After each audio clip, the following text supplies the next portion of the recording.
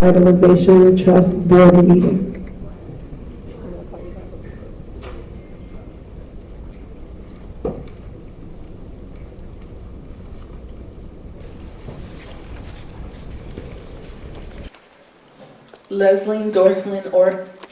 Leslie Angla Dorlings. Present. Ashley Toussaint. Present. Alyssa Zapata.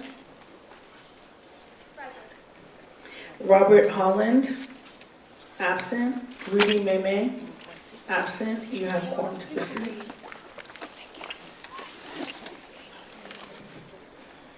Okay.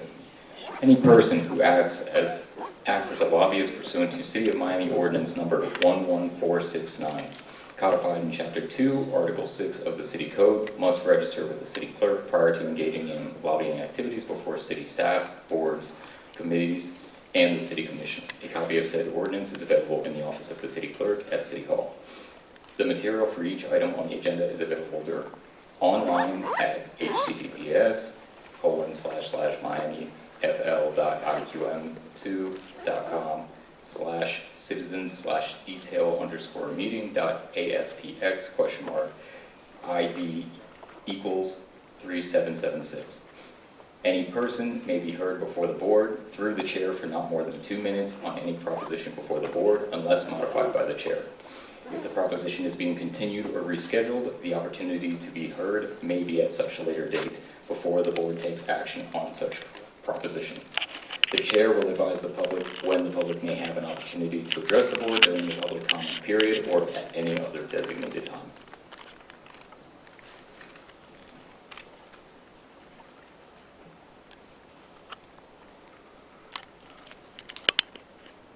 For the order of the day, I would like to request to withdraw items 3B, 3C, and 3E from the agenda. I would like to add an absence waiver for Rudy Meme. And the second item would be the covenant for Laundromat Art Space.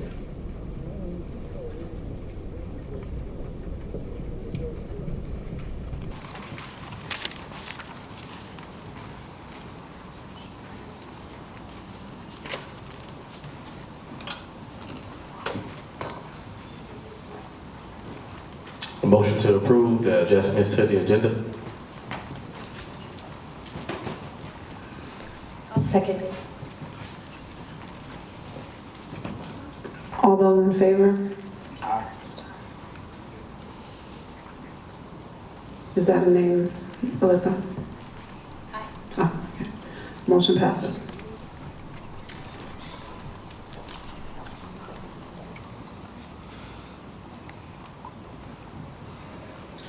So now we are going to open it up to public comment. We are going to ask if someone has a public comment in relations to the Little Haiti Cultural Center. We are going to ask for you to wait and have your public comment later on when the item is up for discussion. As for now, we are asking for anyone who has public comment not regarding the Little Haiti Cultural Center to please come down and make their comment.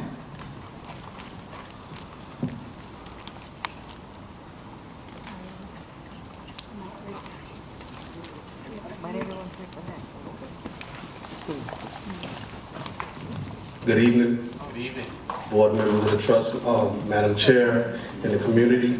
I wanted to point out that we have a serious issue in Little Haiti at the moment with this gun violence. And with the outstanding job of the police officers, they cannot do it all by themselves.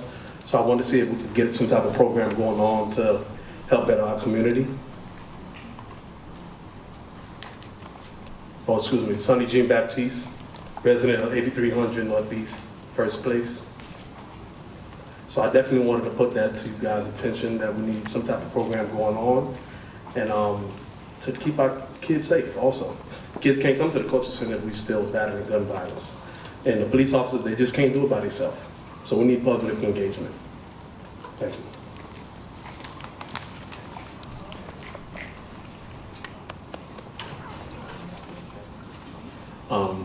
To the chair.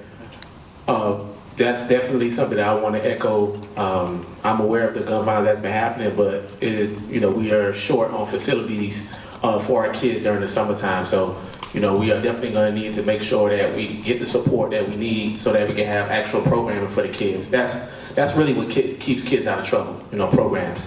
So it's not just up to, just the board, but anybody who has any resources, anybody that has, I see some people in here that seem to be running for public, office and things of that nature. Those are some of the things that we do need in Little Haiti. So he's echoing something that's been going for a long time. The trust will definitely support anything that is supporting anything that's going to support our youth. Well, thank you for bringing that up, Mr. Sonny.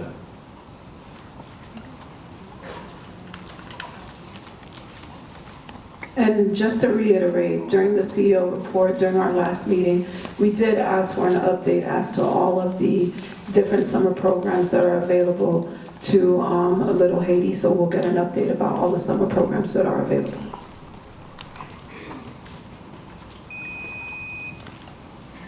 Good evening, everyone. Marion K. Brown, 12300 Northwest 17th Avenue. To the board, to you and your families and all your loved ones, may all of them be safe during this new year and this new holidays. One thing that I see into this community, which is my community, is that the gentrification. And it seems like it's actually the people that live here doesn't feel comfortable because of the increase in taxes and the increase of monthly rent. This is something that's been going on for the last 2 years in this area. So pretty much it's like pushing the old community that's here and pushing them out for the new thriving upcoming community that already been planned and already been resourced out to how they're going to come in and redevelop this area. And it's pretty much going to keep and leave out the people that's in the community, just like they did in Overtown. And just like they're doing in Liberty City. Correct. So in another 2 years, the community that we once knew, it'll be a new community. And we have all these people that's in power, that's constantly pushing forward. And this is the direction that they're heading. And they're not choosing the people, they're choosing progress. And to me, choosing progress is eliminating the people and whatever development that comes into the community, that's the train that they jump on. So what would happen in another 2 years when the people come back and they say, what happened to my community? Because they choose progress. Thank you.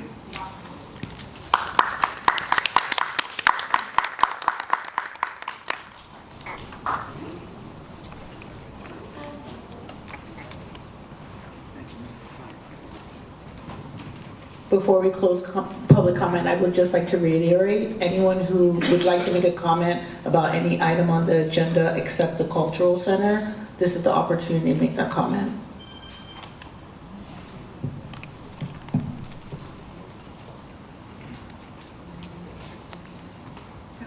So we'll go ahead and close public comment at this time, and we'll move forward to the check presentations for the small business grants.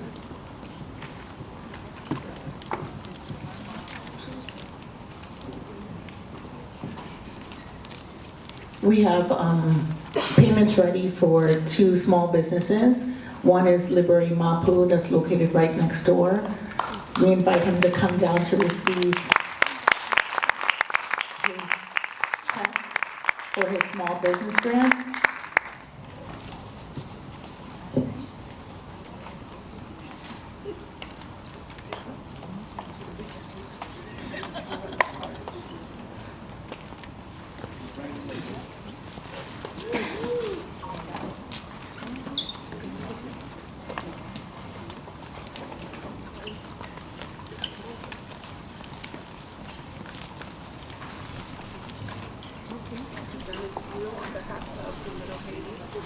Revitalization Trust. I'm gonna be in your shop.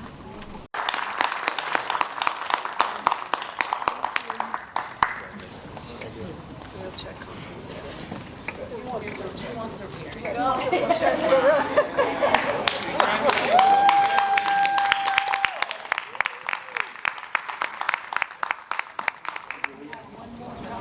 Here, take this one.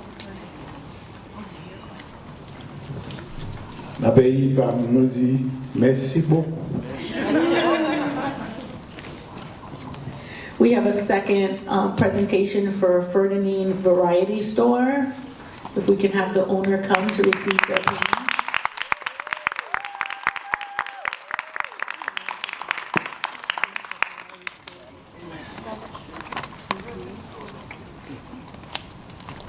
There's like a little bit further.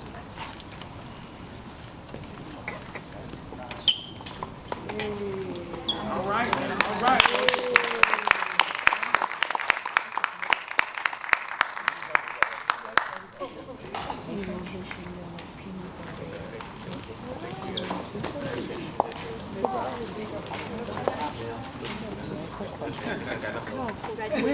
Thank you. I just wanted to say something really quick. I wanted to thank you. My name is Jonathan Solomon. I represent Fernandine's Variety Store across the street from my grandmother. I just wanted to thank, first and foremost, the Most High for blessing me, blessing my grandmother, blessing me with my grandmother, of course. I want to thank my grandmother for sure. She's not able to be here because she's an elderly woman. She's beat cancer. She's in remission. But she's still across the street doing her thing as she's been doing for the past 2-3 decades. I also want to thank the city, the board. Who else should I thank? The Haitian community, Little Haiti, because without Little Haiti, I wouldn't be in this position right now. I've been in Little Haiti ever since I was a little boy. I want to say probably since I was like 7 years old. I went to St. Mary's. I used to have to walk from St. Mary's to catch the jizzy. I get a little pate before I go. Come to my grandma's store and dug it out with her. Sell a whole bunch of stuff that I didn't know what it was, but today I do know everything and I know all the prices. I know what to do. I represent her, but she's the best representation for me. So, thank you.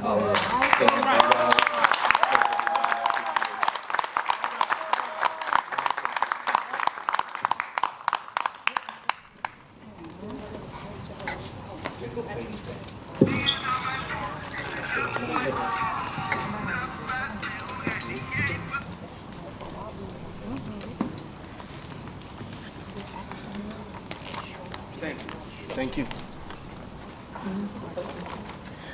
The next presentation is the Dupree Building. The planning department is represented, however, there isn't an update. At the last meeting, Magic City did provide the information in regards to the historic preservation application, and any additional information would be provided at a later date. The next item is the Little Haiti Community Briefing by the City of Miami Police Department. They are providing us with quarterly updates.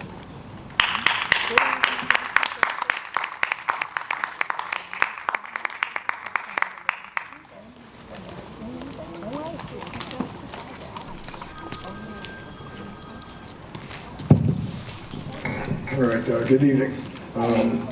Many of you may know me, some of you don't. My name is Robert Lorenzo. I'm the police commander for Little Haiti. Just want to thank the community for all the support that everybody's been giving us. And like was mentioned, we'll be coming regularly to provide updates. With me is our neighborhood resource officer, Finley Duclos, to provide some numbers, and I'll be here on hand as well if anybody has any specific questions that I could address in regards to the police in Little Haiti.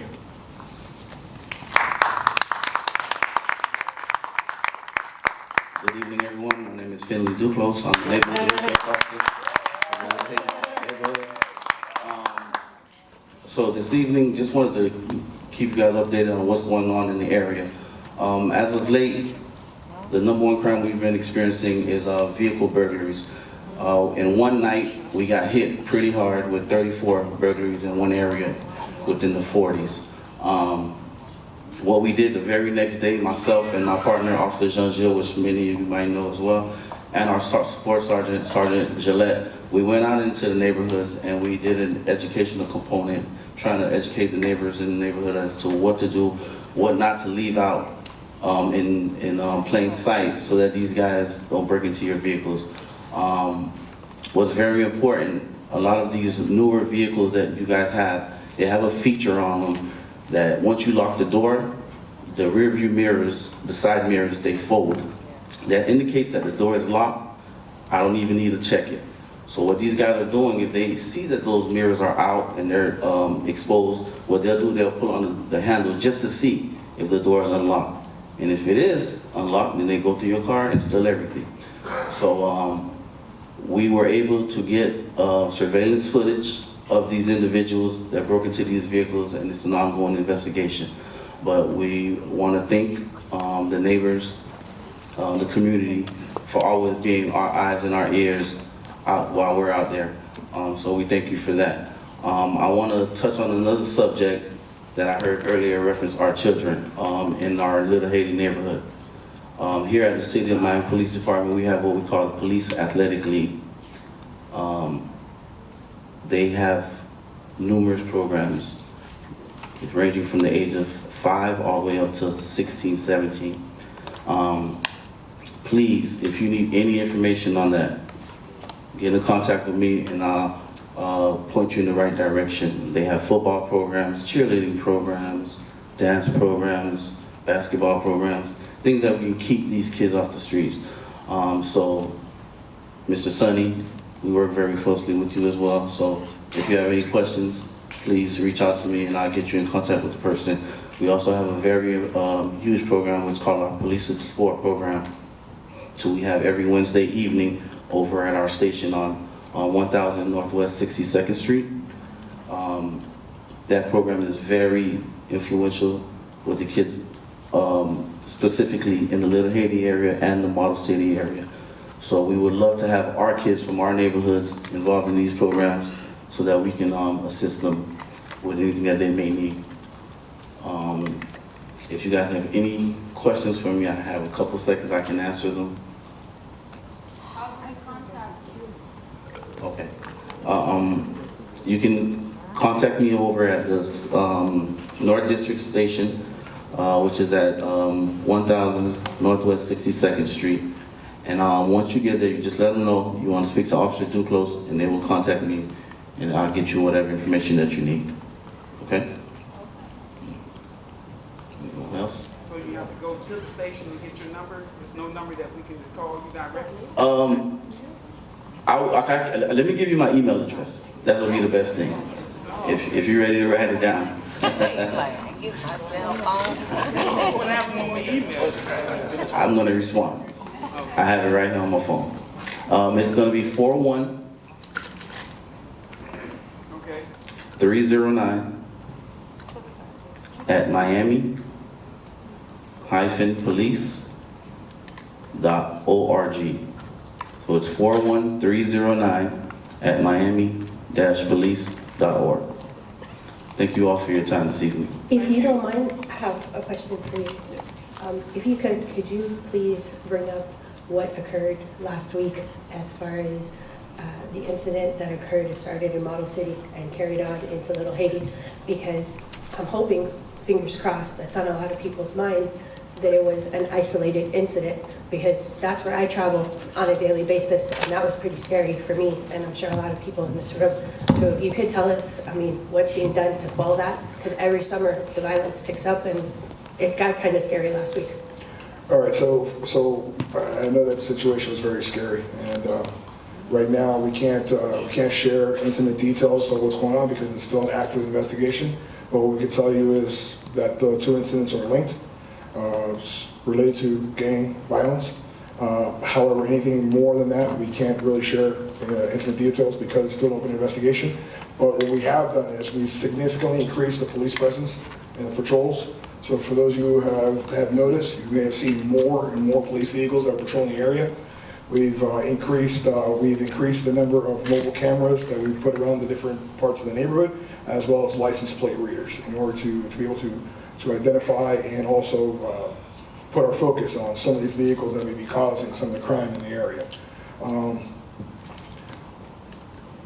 The department has basically mobilized significant resources and reassigned resources from other parts of the city just to come to Little Haiti to help mitigate that problem so that we can help put the community at ease. But as you mentioned though, it was an isolated incident.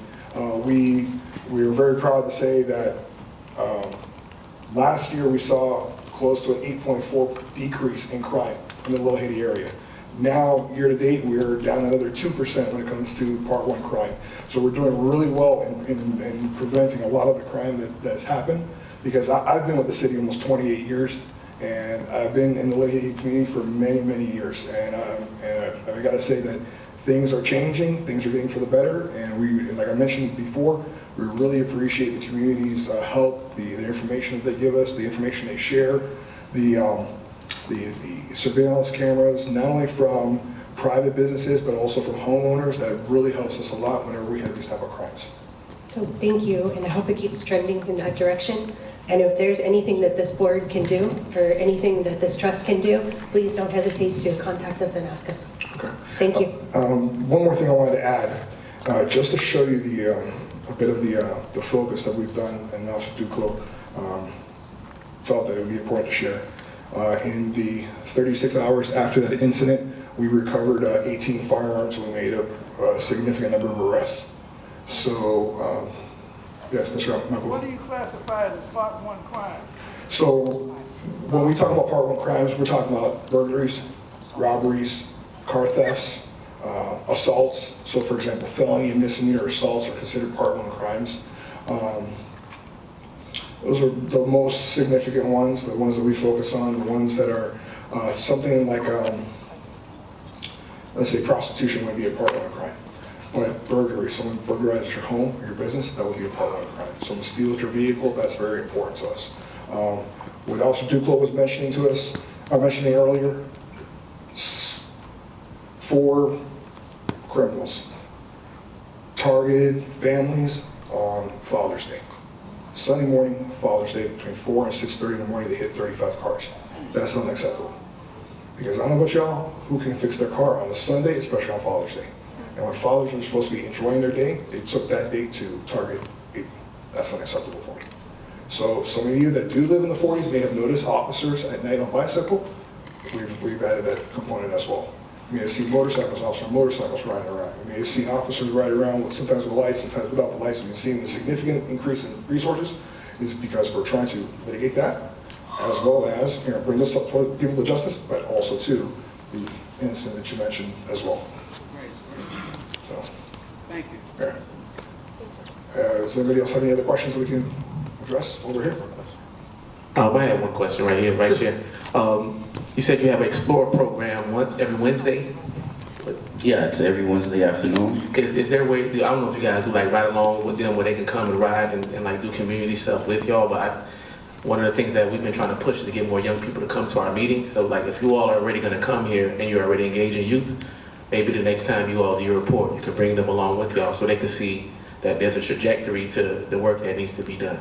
I will pass that information over to the Police Explorer Advisor, which is Officer Louis Jean, and I'm pretty sure he'll be excited to bring the youth over to experience this.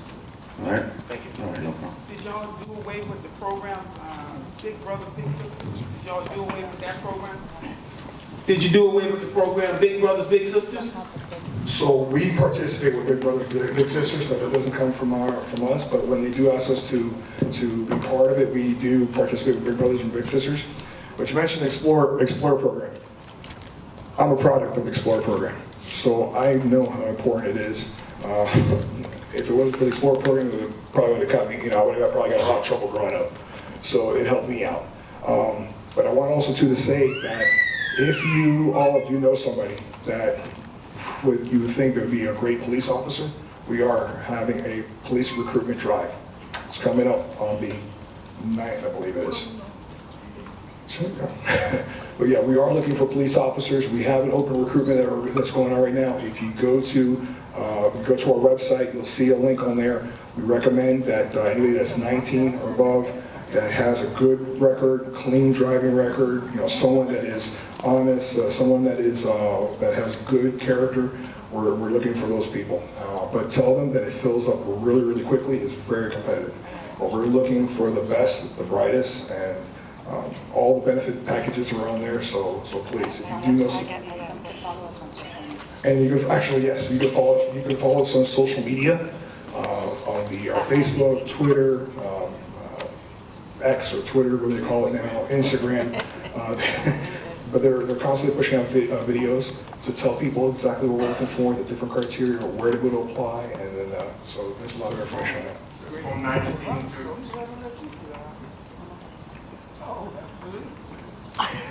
All right, thank you very much, everybody. We have one question. From 19 to what age? 19 up? 19 and up, as long as you can pass your requirements. But I don't think they'll let you wear that. What about legal status? You have to be a U.S. citizen, 19 years old, must have a valid driver's license, good driving record, as well as criminal history. Okay? Thank you. Thank you.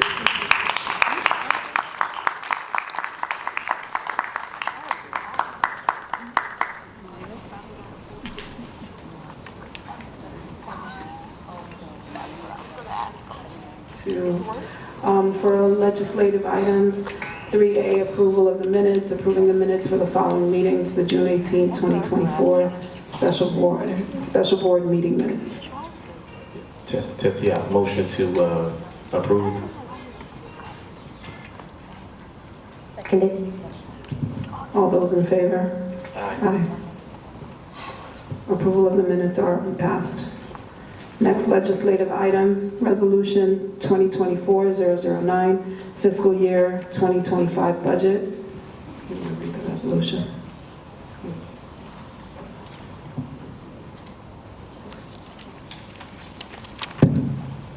Okay, that is a resolution of the Little Haiti Revitalization Trust with attachments. Approving and adopting its general operating budget, attached and incorporated as Exhibit A, in the total amount of $6,404,600 for the fiscal year commencing October 1, 2024 and ending September 30, 2025, fiscal year 24-25 budget, subject to the City of Miami City Commission's approval, ratifying, approving, and confirming certain necessary actions of the President/CEO to update the relevant financial controls, create necessary fund accounts, and to undertake project closeouts, accounting entries, and computer systems in connection therewith, all in accordance with applicable sections of the Code of the City of Miami, Florida, as amended, providing for an effective date.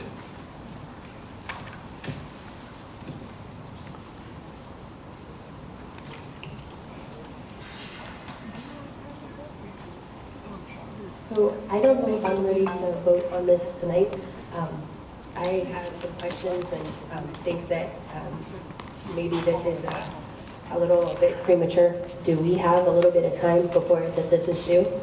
I'm concerned that there's no new programming, for example, in this budget. So I think we definitely have to meet what the initial intent was for the 3 programs, and I think we had decided previously we were going to make priority on those 3 initial programs and then start to look at expansion. Understood. So I am under the impression, maybe I'm not in the right vein, but that was our goals and priorities for last year, and that money was set aside last year. So going forward, this next year, are we just going to continue with our 3 programs, or do we have any new goals or any new programs or new things we want to achieve and expand on? So we only have executed 2 out of the 3 programs. So definitely in this fiscal year, we'll continue with the 2 and definitely make sure there is a priority for the 3rd programming. Is there a suggestion for additional programming? I don't think that we've had a chance to explore anything or discuss anything. I honestly feel, from my point of view, that it's a little rushed, that it's a little premature. I'm okay with most of it, but I think that we're on our feet now, and I think there's some expectations of us, and I'd like to maybe just hold off, and there's, a lot going on right now, and haven't really had a chance to come up with, any suggestions or discuss them with the board or put anything on any agenda yet. So, okay. To the chair, ma'am.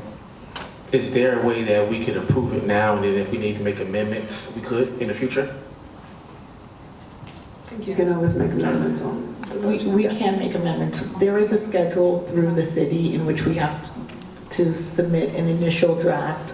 Usually it's in April. We complete these numbers based on an estimate, and we come back with a finalized number. So you will have another iteration of the budget that is brought back to you, where you can make these amendments prior to it being passed at the end of the fiscal year.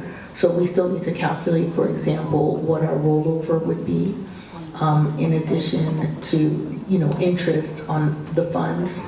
And at the time, we could come back and also make any expenditures amendments that you would like to as well. Okay, as long as there's another bite at the apple, so to speak, because there's been so much going on, on other fronts. It really feels kind of rushed, and, there are some things that need our attention.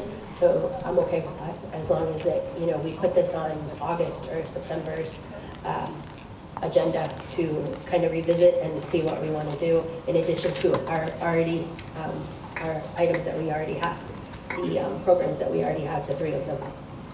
Okay, so I want to clarify something really quick.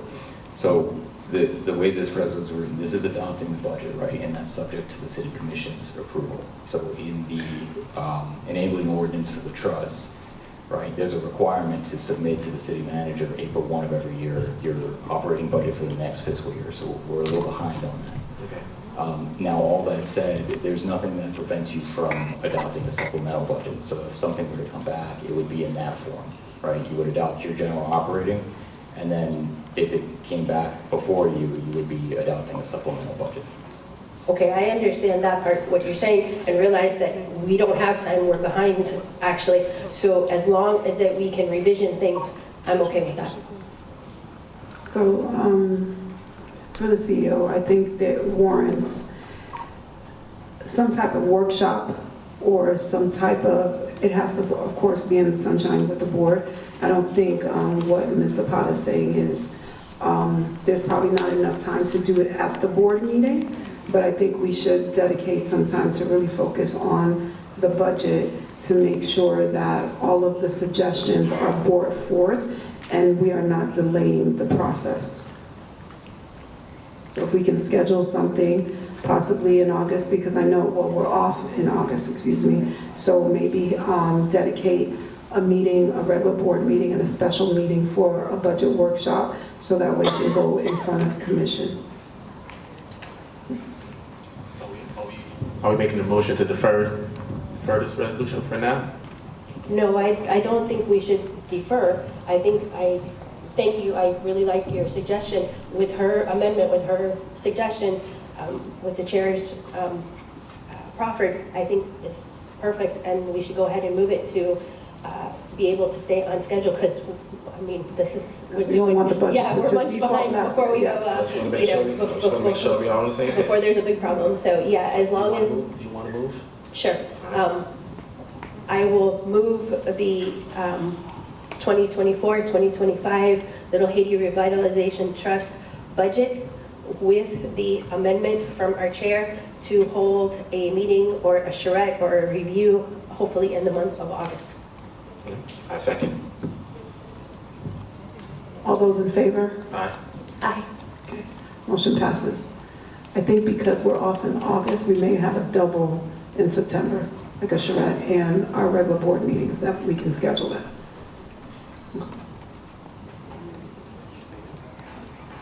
So to clarify the motion, because I think the motion was August, so if you don't mind, we could vacate and do another vote, but for September. Okay, I don't know if I can spit all that out again. So hopefully it's recorded and it's on the record. And when it's appropriate, whether it's in August or in September, to give us some leeway, both of those months are acceptable when it can be scheduled and when it's okay with everyone.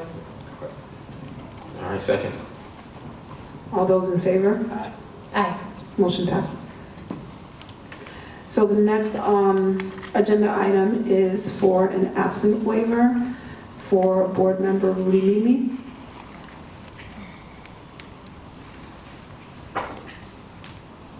Do we need to discuss it, or do we vote on it, or? Okay, I make a motion to accept his absence waiver. Second. All those in favor? Aye. Absent waiver approved. And I believe the next item is going to be the covenant for Laundromat's Art Space. I believe the covenant was distributed to all the board members. And we will open it up also to after. Okay, I'm sorry. Okay.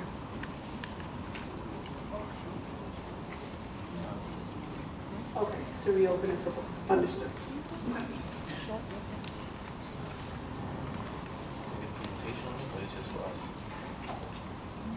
You go ahead. Yeah, you can go ahead and, because you were going to discuss it in the CEO report regardless. So we wanted to bring back the item that was discussed here multiple times at the board meeting, in which the board had voted to be in support of the rezoning application if there was a covenant that was placed on the property. So the language for the restrictive covenant has been drafted. You have a copy that has been provided to you. As the board indicated, there is a restrictive covenant to maintain the space for art-related commercial uses, including artist studios, workspace, display or sale of artwork, and ancillary art programming. Also, the property should have art exhibits promoting Haitian art and culture and art educational programming offered to children in Little Haiti. The restricted covenant is in effect for a period of 10 years. So we're bringing it back to advise the board that the owner has agreed to place the restrictive covenant. The item is now scheduled to go in front of commission this Thursday. Are there any comments in regards to the items that are listed on the restricted covenant?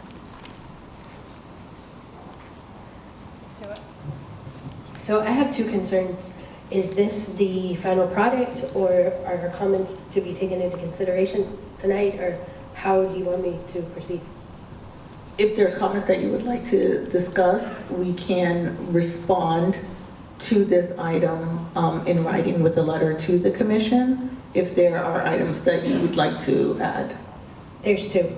With regard to number 2 on page 2, who do they come back to? That was one of the things that myself and board member Holland asked. And he specifically wanted to understand that if there was a change on the property, that they would come back to this board for our support. Our support was not a blanket support. They had to come back. If in fact that they do want to change something, the property sold, there's big, upheaval in Little Haiti, whatever the case was, that they come back to this board. This board is still in action. And then number 8, this can be interpreted in many different ways, and I would like to know who determines number 8. The city, the planning and zoning board, this board, who determines the releases from this agreement?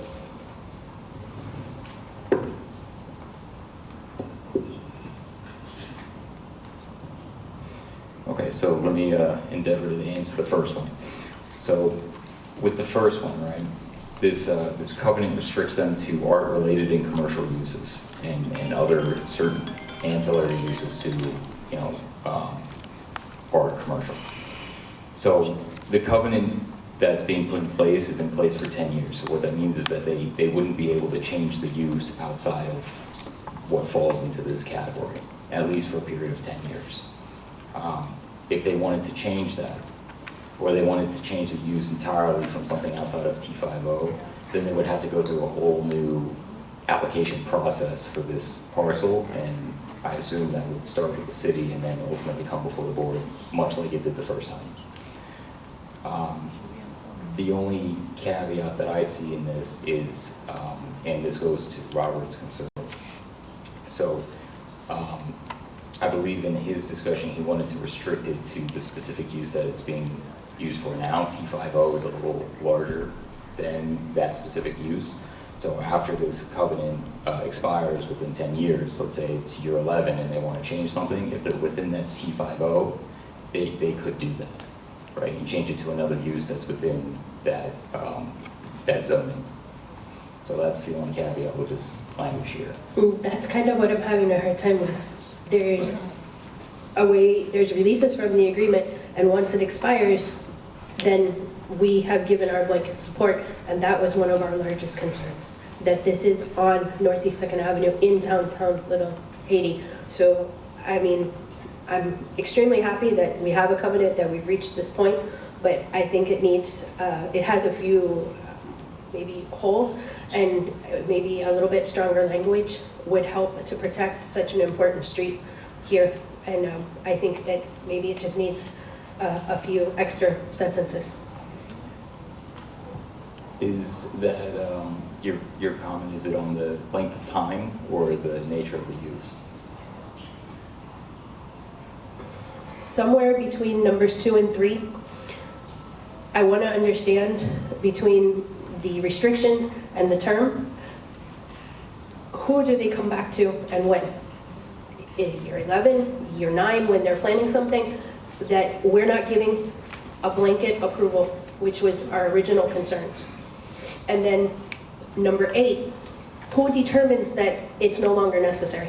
Say in year 7, zoning changes. We get, might be 22, for example. There's some things that, drastic things could happen, So number 8 is, it's usually some standard language in all of our covenants, but this is usually done in coordination with the zoning administrator, planning, and the building department as well. Okay, that's perfectly okay. Can we add those 3 departments, or one of those departments, or someone that is the determining department or director that determines this? There's no department or director or person listed in this at all. So I'm fine with number 8 as long as it has a place to go for the answer. But I think, Ms. Zapata, I think it's saying the declaration shall be subject to the approval by City Commission at a public hearing. So from my understanding, in order for them to have gotten this covenant or for them to have submitted their application, they needed to solicit the board's approval for their application. So at some point, if we are the conduit for the community, at some point, although not specified, laid out, they got to come back in front of the board. I don't see how they would go to be able to submit another application without coming to the board to seek approval or, Because this agreement doesn't say that. And if I'm their But I don't attorney, know if the board is a party to the agreement. I but don't I'm know not if we asking can for be. them to come back to the board. I was asking for whether it's building, zoning, planning, whomever, the first step in the city is what I was asking for. And They have to go back to the planning department, right, as part of the application process to the city. So it's going to involve planning and then... that it needs to be re-reviewed, that this just doesn't go, this covenant doesn't get put back before the commission. But it wouldn't get put back in front of the commission if they didn't submit a new application. It does, because any amendment or modification or release of this has to go back in front of the city commission. They have to do something, like something has to happen. A trigger, thank you. I am not the planning person, but. Good evening, David Snow with the Planning Department. And good evening, Board. So really quick, just to talk through some of the nuts and bolts in the covenant that's been provided. So right now, in term 2, which is the restrictions themselves, it's limiting that space to be maintained at a square footage for art function, okay, that we just went through. In addition to that, there's also programming that's specified for Haitian art and culture, as well as educational programming offered to children of Little Haiti. So those are the two criteria that is to be maintained on that property. This is to be maintained for 10 years, okay? If this is adopted, there's really no going around that, unless, if you look at number 8, is to be released by city commission approval. So that's probably the hardest line you can have, as opposed to administrative approval, which allows myself or the zoning administrator to say in 7 years, they come in and say, you know what, art's not working out here, we need to remove this. And then we can do it administratively. This says city commission approval, so it requires the commission to act to release the covenant before the 10 years. That's how it's currently drafted right now. So it's not like... Oh, sorry. So it's not like this agreement that governs this board, that the planning director governs that agreement. So the agreement is on the land, right? So anytime future development comes in on that site, and within the 10-year period, it's required that we review it in conjunction with that agreement, right? That they're maintaining all of those conditions that they're obligated to. That's the teeth. That's the teeth. Now, for whatever reason, if they're saying, you know, the art program, the art whatever is not working out in this area, we have a market study, we're going to go to the commission to ask for it to be released. That's the only way that they can release it. Other than that, any future development, anything else on that site within 10 years has to meet those conditions. Zoning will verify that, as well as planning as well. Thank you.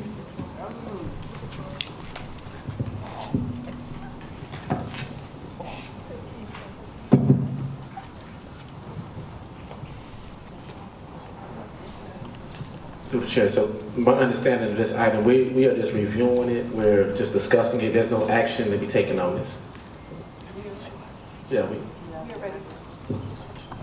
We already voted on covenant, and so this is the covenant that has been drafted. So we provided our support to the application for the zoning based on a covenant, and this is the actual covenant. So yeah. So are there, Ms. Zapata, is there anything you would like us to add, or for the CEO to add as comments into a letter? Okay. I mean, if it was me, I would ask that they do come back to this board in writing, but I understand that it requires commission approval. It would be nice if it was generated from this board. I'm just trying to digest. I got this when I walked in the door. So yes, it did start here. We suggested the covenant, and I'm very happy that we reached this point. So I'm okay. If I had it to do from scratch, I would ask that they come back to this, kindly ask that they come back to this board and present to us first, but other than that, I'm okay.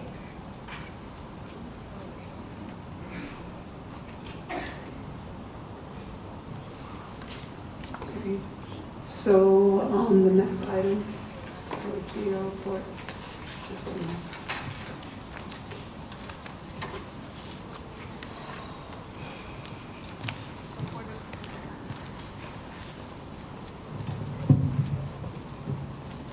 For the CEO report for July, I'm going to start off with the administrative updates. For the month of August, the trust will be advertising for 2 board positions. That'll be advertised for the requirement of 30 days. I also wanted to provide an update on the FIU strategic playbook. 2 of the 5 payments have been made for the progress towards the deliverables with the FIU contract. The next community meeting will be scheduled in either late August or early September. The trust will be planning a day of service to canvass the residential neighborhood prior to that next community meeting for the strategic playbook. Also, the trust has launched a YouTube channel in which we will be posting all of our board meetings for viewing in the entirety. So anyone who's not able to attend in person will be able to go online and watch that as well. As far as programmatic updates, we provided you with an updated list of the small business grant applications. After today's disbursements, we also have additional small businesses that have now received their application. And we also have forwarded additional applications and routed them for signature at the city as well. You also have an update on the Haitian Heritage Month applications that were submitted that were submitted to the trust on behalf of District 5. We have provided a list of those applications that have been forwarded for payment, and also the applications, the documentation that we're still waiting, but the grand total is still the $106,000. Then you have your financial report with the operational expenses current year to date. And then the last item that we wanted to provide, I'm going to have our special projects coordinator, Ashley Francois, review. This is our canvassing report in which we did through the business corridors in Little Haiti. And so she'll be going over some statistical information that we learned from that report.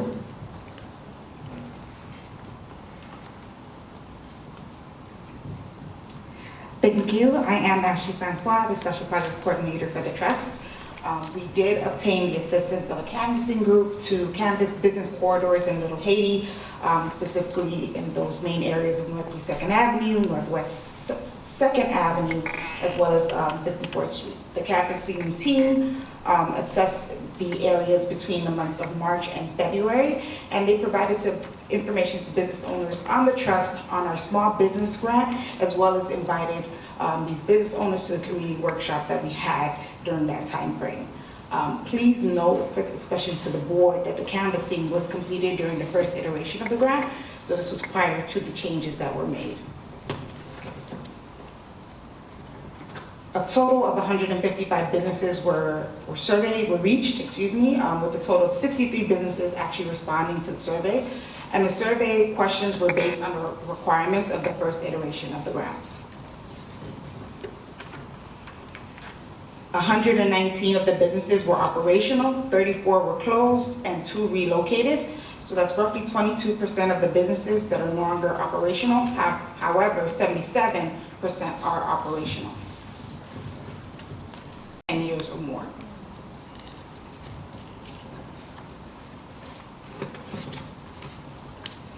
The majority of business owners in the community rent or lease space. About 70% of the businesses that were surveyed lease or rent, and about 30% actually own. So this indicates a vulnerability to those businesses that rent or lease into being displaced.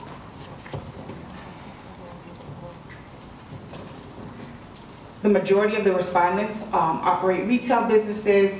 That's about 31% or 19. And this indicates that the majority of the business owners operate retail types of businesses that were surveyed.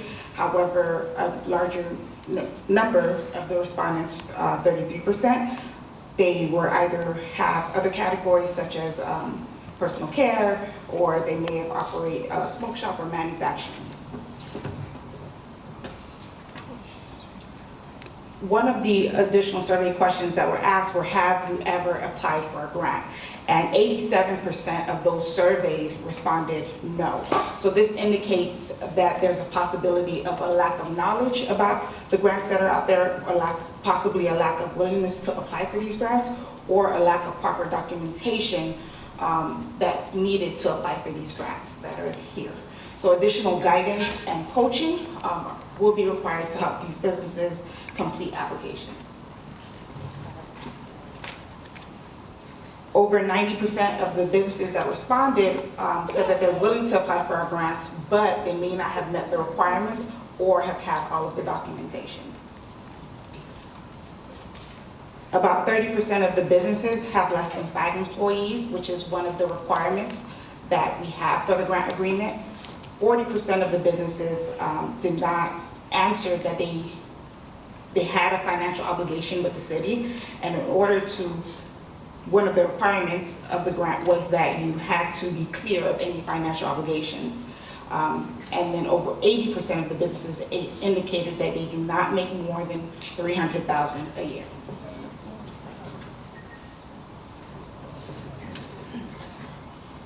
And just based on the complete survey results, 9 of the businesses met all of the requirements that for the first iteration of the grant, and almost half met 2 or more of the specific requirements. So that gives us the opportunity. I know that we made the change a second time, but with this information, it gives us the opportunity to then look again as we continue to market our small business grants to make any changes to assist other businesses as well. So I'm open to any comments or questions from the board. Through the chair, a couple questions. So if my math is correct, we're saying about 50% of the people that responded are still open and operating within Little Haiti. About 77%. 77%. And what's the raw number of businesses? 119. That all? So about a little under 100? Well, under 100 definitely responded, so Yeah. 63 specifically, 63 businesses specifically and the reason why I'm responded. asking that question is because I'm trying to match up our awards for the grants based on, who was actually eligible. Just who may be about, eligible. so out of the 155, 63 responded, so that's just a little bit over that 50%. That.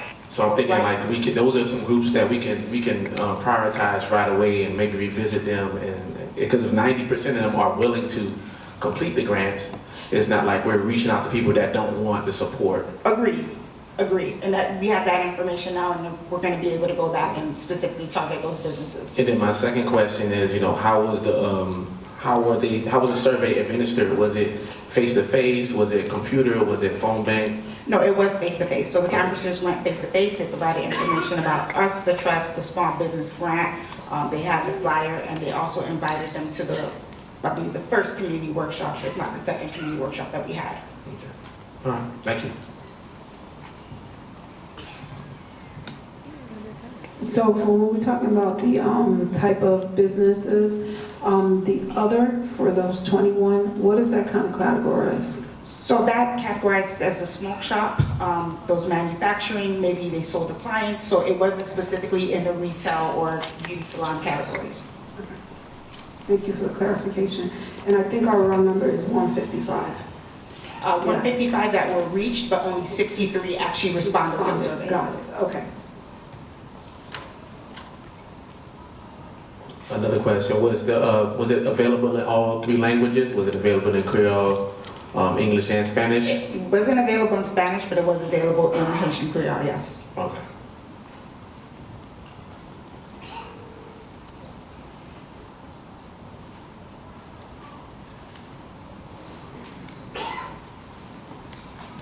So actually for our next meeting, I would request, given this information is great data, but what's an action plan? How do we plan to, as Ashley stated, where is the opportunity for us to reach those businesses? Are we going to have some type of community workshop or forum letting them know how to apply for the grant? Just want to see if we can have an action plan as to the data that we've been provided. My first plan of action was to target the 9 that specifically met all of the requirements, to confirm that those, because the survey went through everywhere to make sure that they haven't applied for the grant already, and if they have not, to target those, and then to look at, well, what are the other kind of requirements that were missing between them, and see whether we could fill those gaps. Because a vast majority of them met at least 2 or more of the criteria, so we just have to see which of the criteria they met that they were missing. Maybe it was a financial obligation, which is a little bit easier to navigate, but if it's a situation such as a BTR, of course we could assist with guiding them through the process, but unless they have a BTR, they're not really operational or can operate in the city. If I can share, additionally, through the President and CEO, we are working on additional marketing efforts. We've definitely been promoting it as much as we can. We've actually also worked on translating the application into Haitian Creole as well, so that way we reach a wider audience. So that will be going up on our website, and additionally will be shared when we go out into the community. And So just moving forward, I'm glad for, again, data is what really drives me, because if you don't have data, you don't know where you're going forward. So just circling back, having some type of, especially you being the special projects coordinator, having some type of action plan. So if your priority is these 9 businesses, when are you going to meet that? When is that going to happen? So at the next board meeting, you go back to the board and say, I was able to reach all 9, but only 7 responded. So we could see what that success rate looks like. We could see kind of the progress or the success, or possibly areas of opportunity for that plan. agreed. I just also wanted to comment that there was a high percentage, I believe it was like 90% of these businesses have never received any funding. So this is a process that's new to them. They're gonna need a lot of hand-holding and coaching in order for us to be able to get them through that process. So now that we do have their contact information, we know what the issues are, we can work closely with them in order to be able to get them through that process.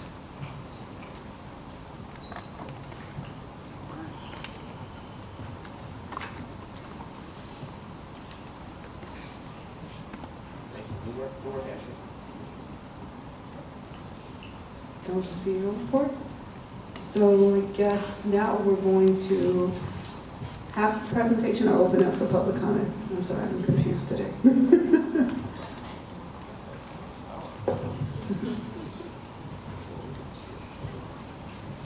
So prior to us getting to the discussion item, which is the Little Haiti Cultural Center facility maintenance, I just wanted to advise that at the last meeting, there was a concern in regarding to maintenance issues here at the Little Haiti Cultural Center. And we did invite the Parks Department to attend and provide us with a small update as far as some of the issues that we know were here at the center. The Parks graciously accepted to attend, as they are the department that oversees the Cultural Center as a city-owned facility. Here at the Trust, we are not responsible for either the maintenance or programming of the of the Little Haiti Cultural Center. And so we are thankful for city, and we know that there are other departments that are here as well, that are here to be able to provide us with an update. This is not the forum where we're going to be able to resolve the issues here at the Little Haiti Cultural Center.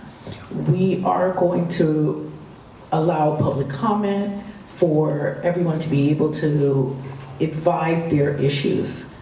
The city, in return, will be having a community meeting at a later date, and that will be the proper forum for us really to be able to do a full assessment of what needs to be done at the Little Haiti Cultural Center. So before we even started, I'd like to thank Parks and the other city departments that are here for being willing to come and listen to both the community and the board members here at the Trust. At this time, I'm going to invite those who had signed in so that we can begin public comment directly related to 2 issues. One is the covenant that the board recently just discussed. The second is in regards to the Little Haiti Cultural Center. We're going to ask people to go ahead and come down to this microphone. Each person will have 2 minutes. I'm going to go ahead and call the couple of names that signed up first. I know Shania Johnson, Jefferson Joseph, Sunny Jean Baptiste, Prophet Villa Saint, Dr. Floor, Mr. Kelly, and Rosalie. If you guys want to line up first, I know you guys had signed in first. And if you could meet me at the microphone on the left. Thank you.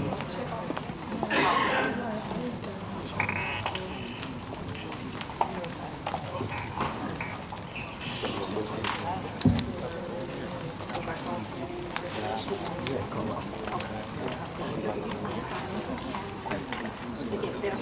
just wanted to call the first aid so we wouldn't have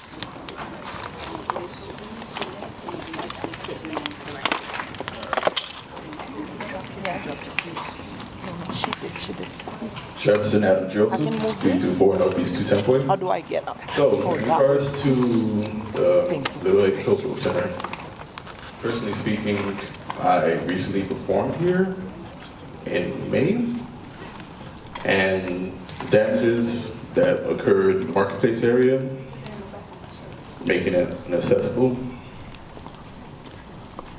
and other repairs, like those things are holding back what could be happening, especially since Miami has a history of not cultivating and upholding cultures in a way that's sustainable compared to, let's say, New Orleans or Chicago. And when do we know when these repairs will happen? Is there plans? Are there discussions happening about these repairs? Is that an actual concern? How does someone not on the board get access to this information?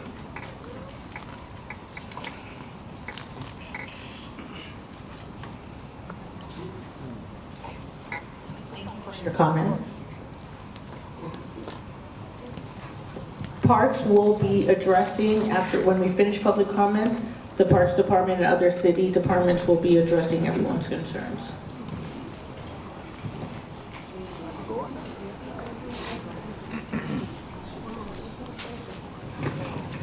How you doing? My name is Prophet. I'm kind of curious. When you all were discussing your 10-year plan, I didn't really hear anything about this cultural center.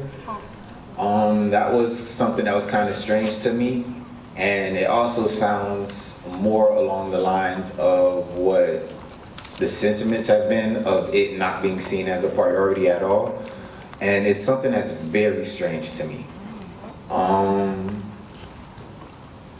had something else too, but I feel like that was one of the more pressing issues to me. That seemed very strange to me, that in that 10-year plan, it didn't really include the cultural center and repairing it or doing anything to that nature as far as the cultural center. So I'll leave it at that for right now.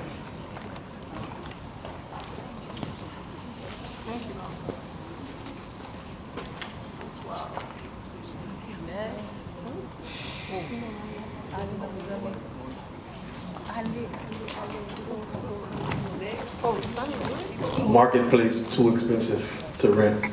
That's it.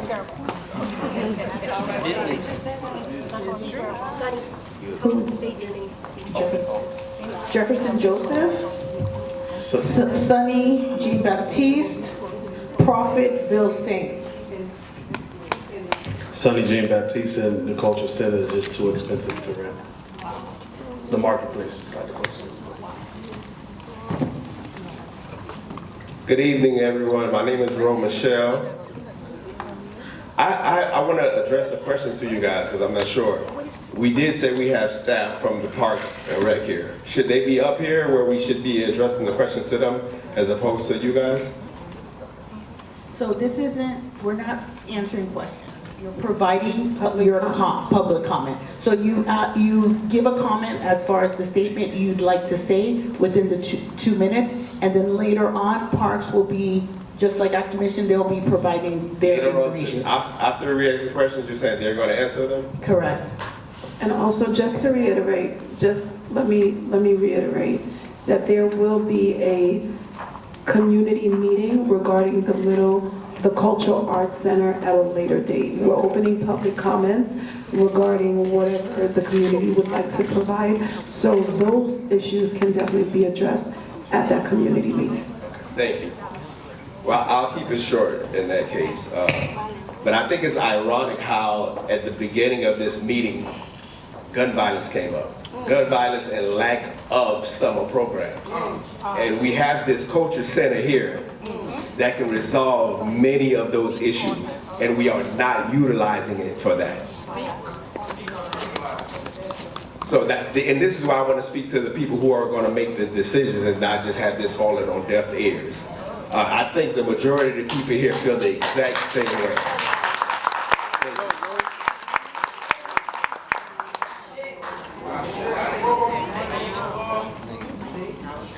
Person to the microphone. My name is Jandrick Castro. I agree with everything the gentleman just said. I think a big part of like preserving our facilities is hosting events. So I just wanted to promote an event that we're having here at the theater. It's a screening on guaranteed income. It's run by Mayors for Guaranteed Income. For somebody who believes that we shouldn't have to make a decision between working for somebody else or starving, then I think it is a good opportunity to come to a screening and watch a movie here about it. It's on July 27th. So time? It'll be around 6 p.m. But yeah, if you're interested in that, I think we should be hosting more events, screenings here, cultural events here, because that preserves it just as much as maintenance, physical maintenance does. So thank you.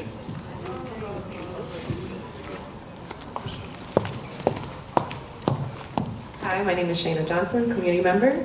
I want to first thank Mr. Warren for your bravery and your leadership over the last year.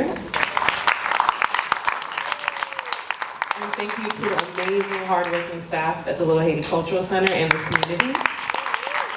I contribute to weekly programming here through Compa on the Rise Dance Studio. I benefit from programming here, from Creole lessons to dance to art, cooking classes, all because of Mr. Warren, so I want to thank you again.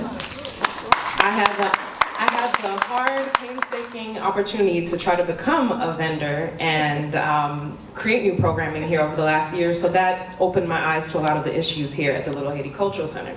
But I want to be clear that that is not because of the management that is here or the staff that is here.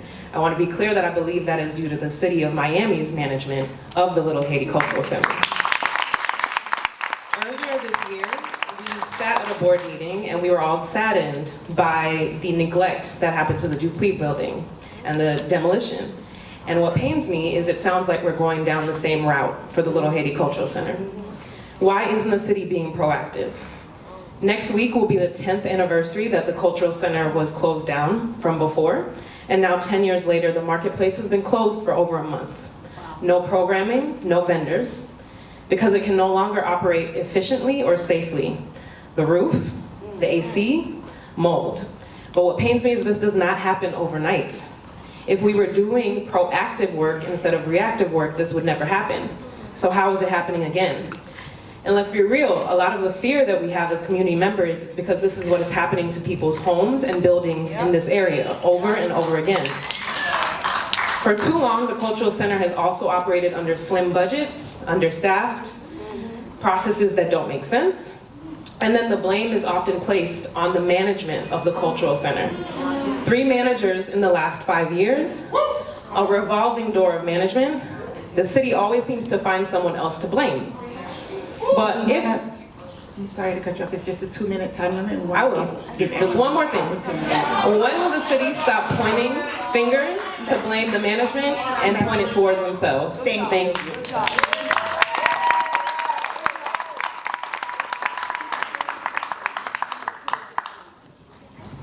Dr. Florlin Donato, 128 Southwest 200, community leader. How many of you in this room feel very hot? Hot not because you are excited, but hot because of the lack of the air conditioning. How many of you come, qui senti que you're chaud? Okay, please. And it's not because of our health or it's not because of menopause or anything. There has been a call to the community, to the chair, to the board members. Please pay attention. And you can see that we answered to the call in numbers. I want to leave you here with the word care, C-A-R-E. The first letter, C, community gathered here all the time because there's a crisis. And that crisis is because of the lack of infrastructure, not because of management. We are happy to hear that Parks and Recreation is present, then we're asking for a action. Action not in blaming the management, but action in making the proper infrastructure for anybody who consider this place home, our community, our landmark, to really revitalize Little Haiti Cultural Center by exercising your power, the members of the park, to save that landmark and support initiative, example, the Midgard as well, to protect the heritage that Little Haiti represents.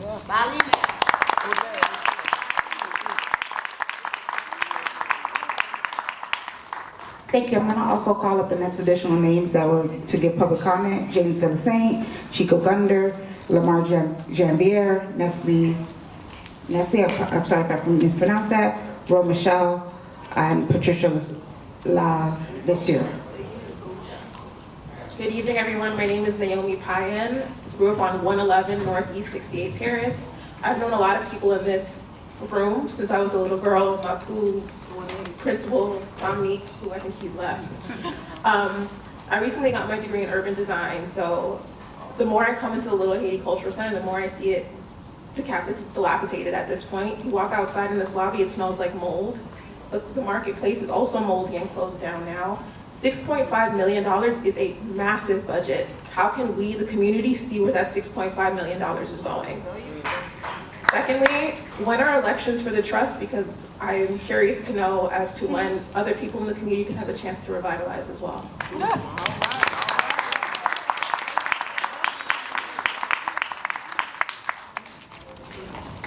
Hi, James Villasaint, resident of Little Haiti, born and raised in Little Haiti. First thing I'd like to say is the police don't keep us safe, we keep us safe. Again, the police don't keep us safe, we keep us safe. I don't know why the police have programs for kids. Seems as though everybody in this city got programs for kids except for Little Haiti Cultural Center. But you know, that's another story altogether. I totally understand that the board is not responsible for what happens at the Cultural Center. The city of Miami is, wherever y'all at. So in the city of Miami, when y'all come to give y'all presentation, we don't want to hear excuses. We want to know when we can come to a City of Miami Commission meeting and demand that this building get taken care of, wherever y'all at. So tell us when we can come to your place and talk to you. We don't want to hear excuses. I know, again, that y'all not responsible for the Cultural Center, but y'all is responsible for where the headquarters of the Revitalization Trust goes, right?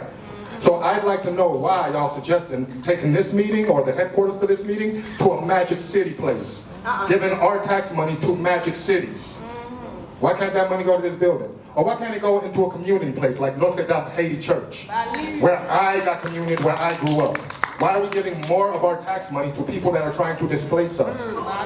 Like someone already said, y'all purposely letting this building, excuse me, not y'all, City of Miami purposely letting this building deteriorate.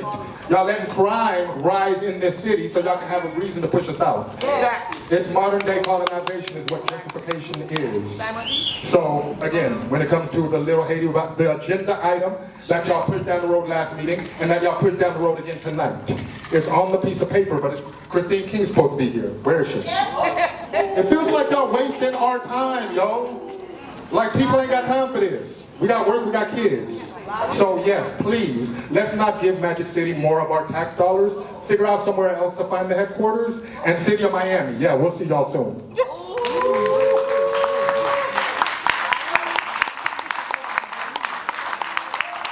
So I don't have anyone else at the podium, so I'm going to move on to the next names, and after that, we will open it up to anyone else who wants to speak. So the last set of names I have are Jean Wallace, Negus Mawan, Shakira, Amanda Fisher, and Shannon Frazier.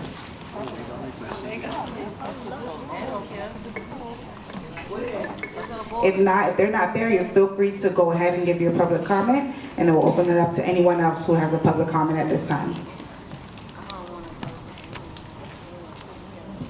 Greetings, my name is Sharon Frazier Stevens. I'm a resident of Little Haiti. I live in Little Haiti, I breathe Little Haiti, I eat Little Haiti. First, I want to say this. We, the people of the United States of America, in order to perform a perfect union, the President of the United States' name is Joe Biden. He's up for re-election.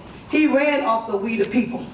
And it appalls me when city, county, and state workers try to muzzle the people. You have to allow the people to be heard. This is America. This is not a third world country. This is America of the United States, which I am a daughter of a 3-war vet. I'm a mother of a Iraqi vet 4 times. I am a widow of a vet. And my grandson just did his 2nd year in the Navy. So what happened when I get up here, what makes me mad, is when our people want to speak. This is America. Why you think so much stuff going on over in Little Haiti? I mean in Haiti, and Port-au-Prince. Because barbecue say they're getting tired of the government doing them wrong. The people here in Miami-Dade County and the Haitian community is getting tired. I'm not Haitian, but my brother-in-law is from Haitian. Okay. My kid's father is Cuban, from Havana, Cuba. My dad is from the Bahamas. My grandfather's from the Bahamas. So all of that Caribbean blood is in me. So it's a shame that Christine King is not here. It's a shame that Keon Hartman is not here. It's a shame that our District 2 school board member, who is Dr. Dorothy Ben-Jones-Mendoff, is not here. It's a shame when Dottie Joseph, who's our state rep, and anybody from the federal government, Frederico Wilson, because we are the people, and these people vote. What I'm telling my Haitian community, I live right down the street, 4 blocks. Vote, vote, vote. I'm not telling you who to vote for, but you guys need to vote because you know what? Thank you. I've been down to the city. Thank you. Thank you for your comment. I've been down to the city. Thank you for your comment. You ain't got too many people. We appreciate your comment. Listen, ma'am. Thank you. Thank you. Can I have your address for the record? Because I can tell you mine. Thank you. 6324 Northeast First Street. So I don't like people sitting on boards and they from another community or wherever. We the Haitian community here, we're gonna fight. And we're gonna fight at the polls. Believe that. Thank you. Thank you.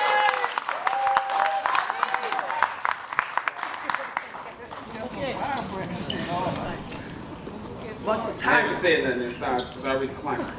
Recess. Reset the clock. Take it easy, Dad. He wants his Good evening, Marion Kenneth Brown. I grew up in this community. I'm from this community. And I appreciate you all sitting here today. And it's not that the people actually is putting their frustration on you all. Because you all community advisors and you live in neighborhoods as well. And you want the same thing to go on in your neighborhood as the people here want to go on in their neighborhood. So we look at this as a learning experience.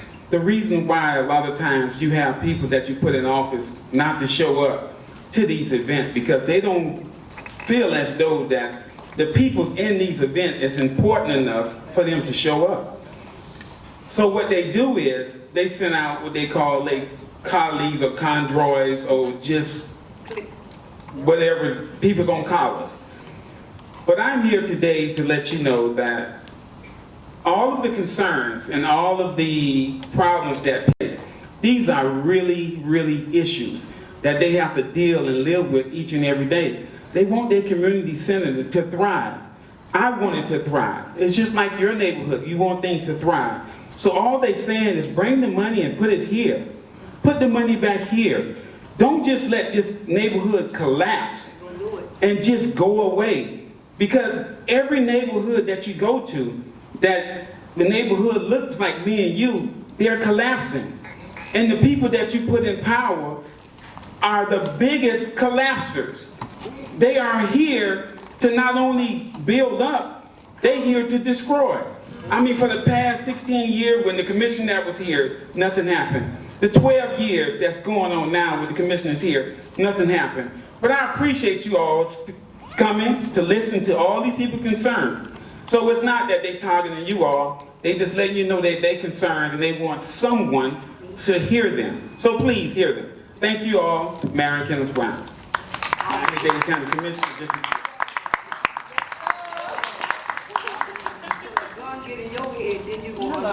Hi, good evening. I'm Shakira Crisistone. My concerns are regarding the covenant. I appreciate you, Mr. Afata, for really being on the commission for that, or on the board for that. We'd like to thank the trust for the work that you're doing, but we want to ensure that any issues regarding zoning come to the trust first, being that the commission isn't truly always on our side. And so just wanting to highlight that and hopefully that we can make sure that it comes to you all first, it comes to us first, and then brought up to the commission. Also wanting to discuss,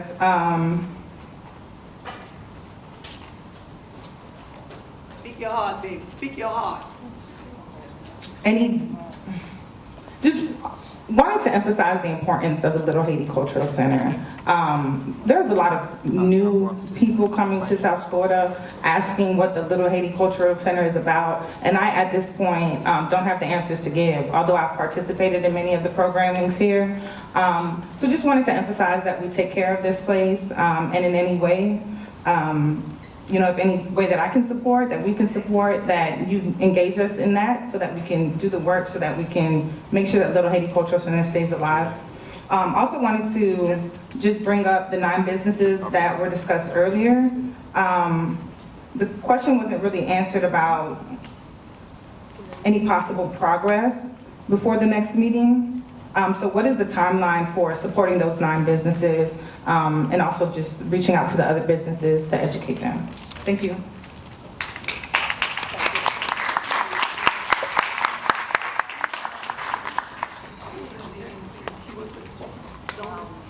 Anyone else for public comment? She gave us 3 minutes. Anyone else for public comment?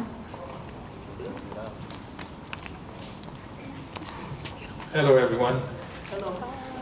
You have called my name before, but I just wanted to listen to see what people have to say.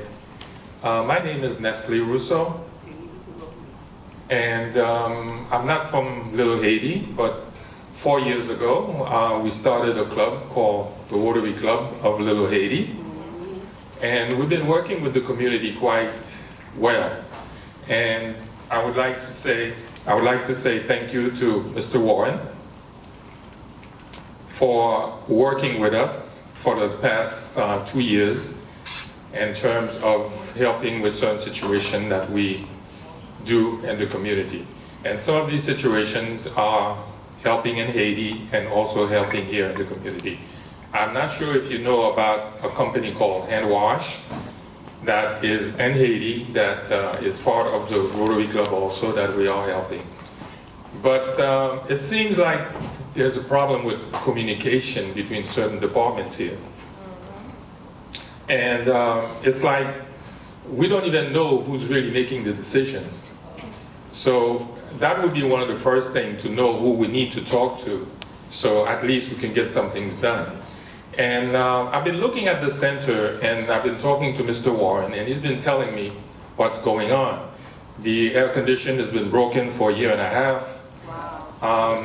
The roof over the market, is leaking, so they cannot use it. So I don't understand why these things are going. Is it because we are Haitian? I don't understand. In other communities, it seems to work pretty well, but for some reason, in our community, it's not working at all. You go to the Cuban town, they got everything professionally working. So maybe we need to make some changes in the leadership and see what's going on. Yeah. All right. Thank you.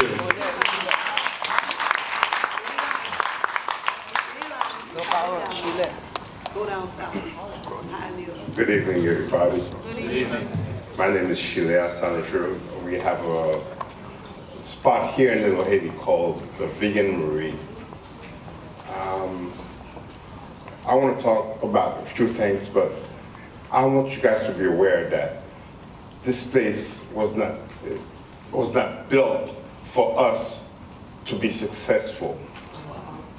We have had people that led this place properly, that knew what to do to take this place to a level, but the city has shut them down purposely, because they don't want us to succeed.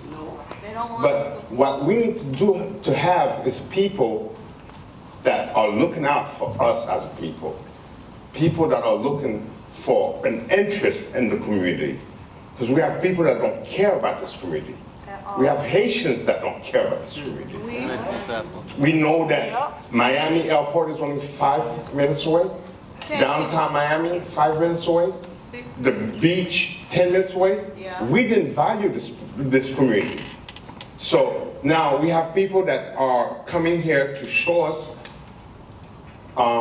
that are leading the way in the street ways, because the Cubans, they do have people that are looking out for their own interests. They're on the board. They only got one Haitian. It doesn't matter. We need to have people that are looking out for our interests. We are a people. So it's hard to see that this is going the way it's going. Thank you for the Refi board. You've done quite a good job since you've been here. So we expect more from you. We expect more from you. Thank you.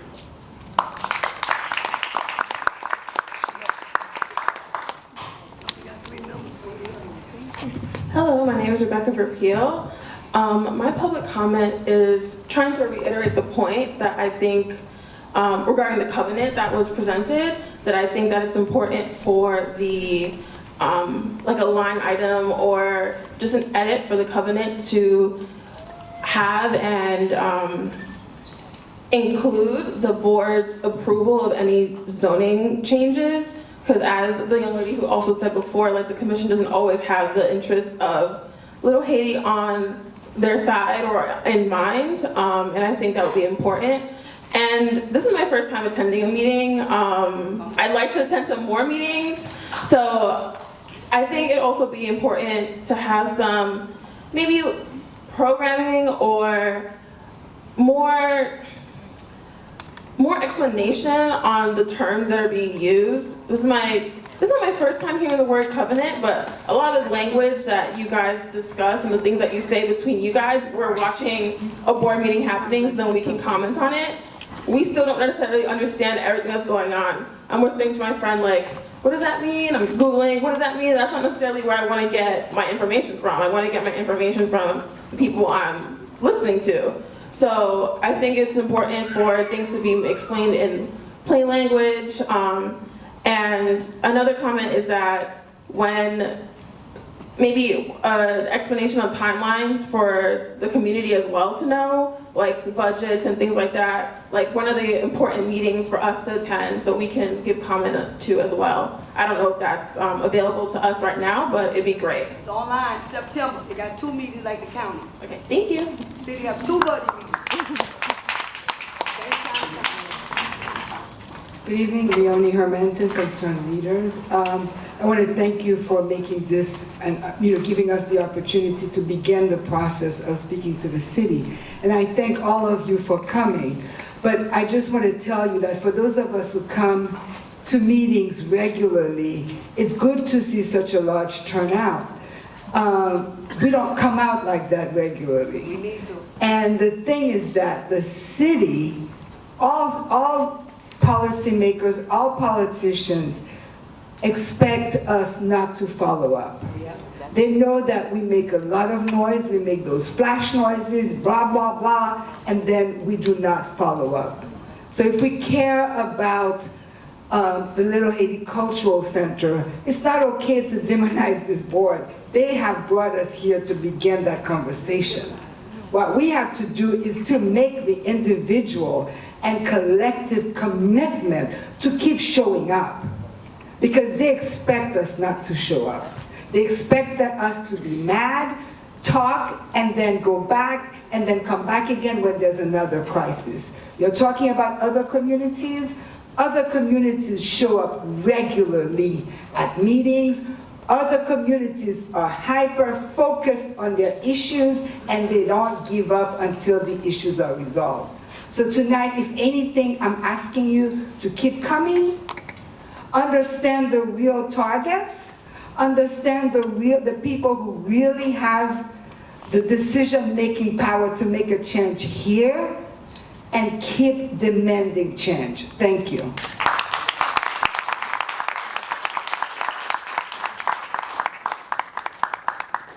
Hello, good evening. My name is Fritz Fenelon. I want to continue on what Leonie was saying.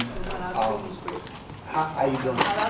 Now, it's definitely a lot going on. I understand every time an article drop or something in the news comes, we kind of mobilize like this, and then we talk about the problem. But these things been going on. The unsafe structure, I think, came about maybe 1.5 years ago. Once we got everything cool, we kind of separated and kind of everybody did their own thing. I heard people say community. Community means togetherness. So we could say we live in close proximity, but are we a community? A lot of things we can't ask the board to do, we can't ask the city of Miami to do, or our elected officials. We got to take the responsibility on ourselves. So tonight, I ask a lot of people to look inside themselves and ask, what's the real goal for Little Haiti? What's the real goal for the Haitian community? Because a lot of times when it comes time for this, we show up in numbers. But when it comes time to stand up for what's going on and be participants in it, bring programs, we know where to be found. So now we dealing with something like tonight. Of course they're gonna do this. We have no voice. We have no voice, we got no demands, we got nothing. So of course we're gonna go through things like this often. It's going on in our schools, it's going on in the community, it's going on in our businesses. So when we come up here, we make it as singular issues, but Little Haiti not dealing with a singular issue. So we could talk business funding, we could talk this, we could talk that, but what is a revitalization of a community? And the revitalization we need here is not singular. We got school issues, we got housing issues right now, our businesses is closing, like everything is changing, but we come in here arguing about a roof. I get it, the roof did fall in. City of Miami is in charge of that. They did know what was going on, and they can fix it. But we gotta have our voice going on every day. We meet once a month, talk about Little Haiti, then it's back to regular business. Then we come once a month, do the same thing again, and it's back to regular business. All right. So what we gonna do?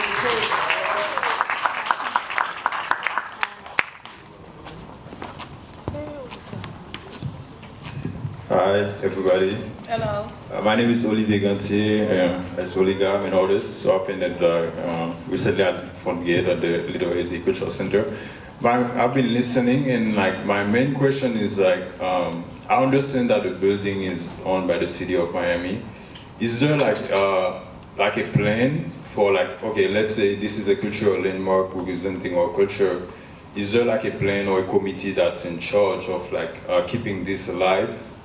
Like when I say that, like in terms of aesthetically, like this represents something cultural in Miami. So like the aesthetic of the building in itself, like the whole building, like this is something that we need to preserve, that no matter like all Miami turns, what it represents, like this place, remain a place that people, as a touristic and cultural landmark. So basically, I'm asking specifically, is the city or like the committee has a plan for like to keep this fresh all the time and or like they do in many cities, many other cities, and different cultural buildings and landmarks. So that was my exact question and concern. I want to make sure that there's a committee, because like yes, the city on this. But also, like the people that are like in that culture and that are like that really care about this, and that obviously have the knowledge to be part of revitalizing it. So basically, I think there should be a committee. There should be something for them to be part of keeping this fresh and alive. That was my comment.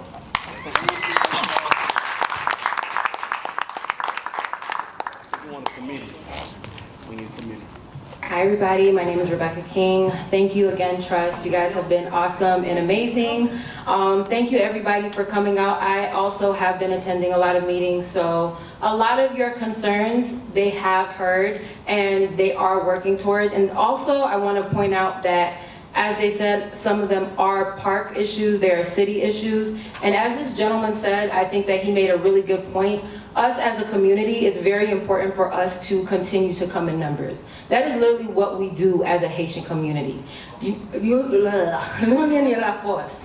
are a community that fights, and we're a community that sticks together, so we need to actually stick together. But something that I want to also ask of the committee and make a comment is, we need your help and direction. You guys put this together for us, and people are starting to come. They are moving because you guys have established this and you guys have put this together. And if you guys can give us more direction as far as, you know, you guys can't make programs, But if there is something that you can make that can push things forward, you know what I mean, that would be amazing. Maybe people who have resources. There are people here with companies, you know, so calling out for companies that are willing to maybe help fix the roof or, you know, do certain things that you have the leeway and the ability to do, that would be amazing, because then it's on us.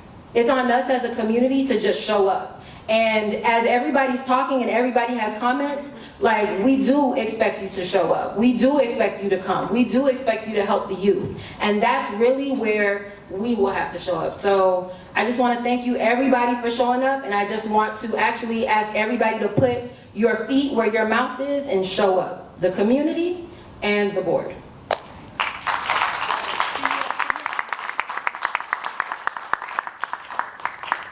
Public comment is now closed. We are going to invite the members of the parks and other city departments to please join us and to provide their update. Thank you.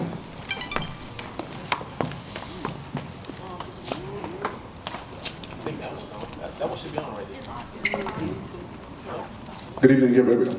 Good evening, everybody. How's everybody doing?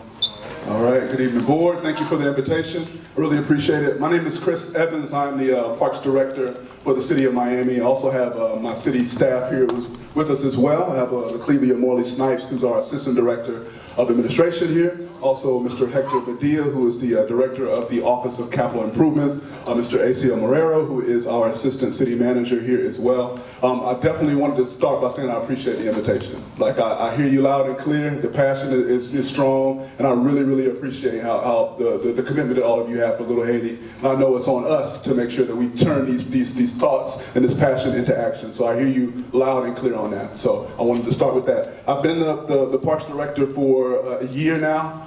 Before that, I've been here with the city for 5 years, and before that I was with the County Parks Department as well. So I do have experience with making sure we execute some of our plans. I do want to make sure I address this. I know this is Mr. Warren's last meeting. I do want to echo the sentiments as well of your year with us. We do appreciate it. We sincerely, wish you, the best of luck in your future endeavors, and I definitely appreciate all of you for saying your kind words about Mr. Warren and his leadership. So I definitely want to make sure I put that out as well. Stay here, don't go. If we can please be respectful, we've been waiting all night to hear from them, so let's hear from them. There we go. I'm here to discuss the programming and the overall maintenance. I know we have our capital improvements department here as well to give you some updates and some timelines for the different things that you've been mentioning as well. I do want to say that we have a master plan for the Parks Department. We've been working on that. Like I said, I've been here a year. We finalized that in our first couple months here with the city for all of our 151 parks. The next step is really to engage all of you to make sure we're doing exactly what we need to do for your community. So it's not coming from us, it's really coming from you all. So that is something we're definitely passionate about. We have some surveys. We'll talk a little bit more about that. Clevia will mention that as well, what the next steps are for making sure things happen. I would like to, from the board, I know the police came quarterly. I would love the opportunity to come quarterly as well to provide an update on everything. That's a commitment you have from myself, from the capital improvements as well. Also, wanted to just address a couple of things. I've been, like I said, I've been with the department for 5 years and served as department director for 1. We want the Little Haiti Cultural Complex to remain open, to remain thriving within the city. It is something that I'm passionate about. I know it's words right now, and I have to show you action. It's the first time you're seeing me, so I hope to continue to have the opportunity to tell you that. But we're not trying to let it fall into dilapidation and then get sold off. I understand that there's a narrative, but I can tell you that that's not our plan. So we'll have an update on where some of the things are, but since this is my first time with you all, I want to at least kind of address kind of an annual report style of some of the things that have been happening here in the last year under Mr. Warren's leadership since we've had a full-time center manager. So there has been efforts to resurface the theater floors, add new murals to the marketplace, install new audio-visual equipment, expand programming.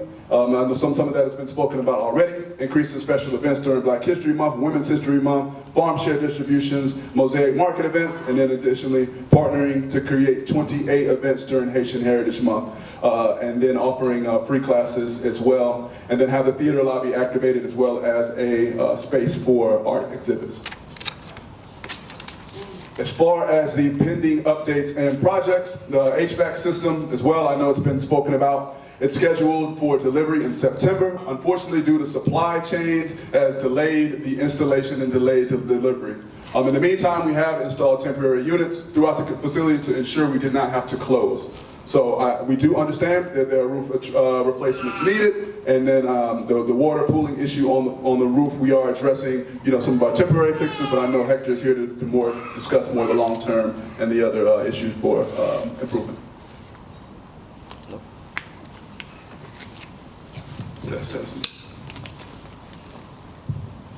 Good evening, everyone. Hector Vidia, the Director of Capital Improvements. Just a little bit of background. We have 9 projects assigned to the Little Haiti Cultural Center, and $3.1 million has been funded against those projects. So far, we've spent $1.8 million in improvements, and with the balance of the money that we have here, we're going to address some of these items that are of importance here. The first one I have is the drainage issue between the 2 buildings, between the Caribbean Marketplace and the Little Haiti Cultural Center. That project is to begin in August. We already have a contractor on board. We're finalizing the paperwork with him. The sequence of it is he'll get his notice to proceed, he'll pull his permits, acquire all his paperwork through the architect, and then finally mobilize to the site. We're looking at a 120-day time frame for that. Okay. The next item is the roof, the water intrusion into the building. So we're looking at we have an engineer on board. They're doing an assessment of the building. There's 2 issues there. One is there's a parapet wall, and the way the roof joins to that wall is an issue. He's going to provide us a solution to that. And then we have also the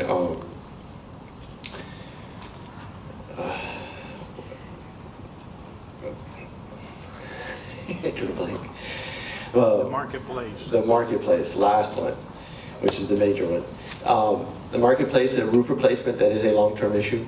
We have a design engineer on board. They're doing the design. We're looking at that it is a historic structure, so we do have to go through the Historic Environmental Preservation Board. So we're looking at a June 2025 start of construction on that project.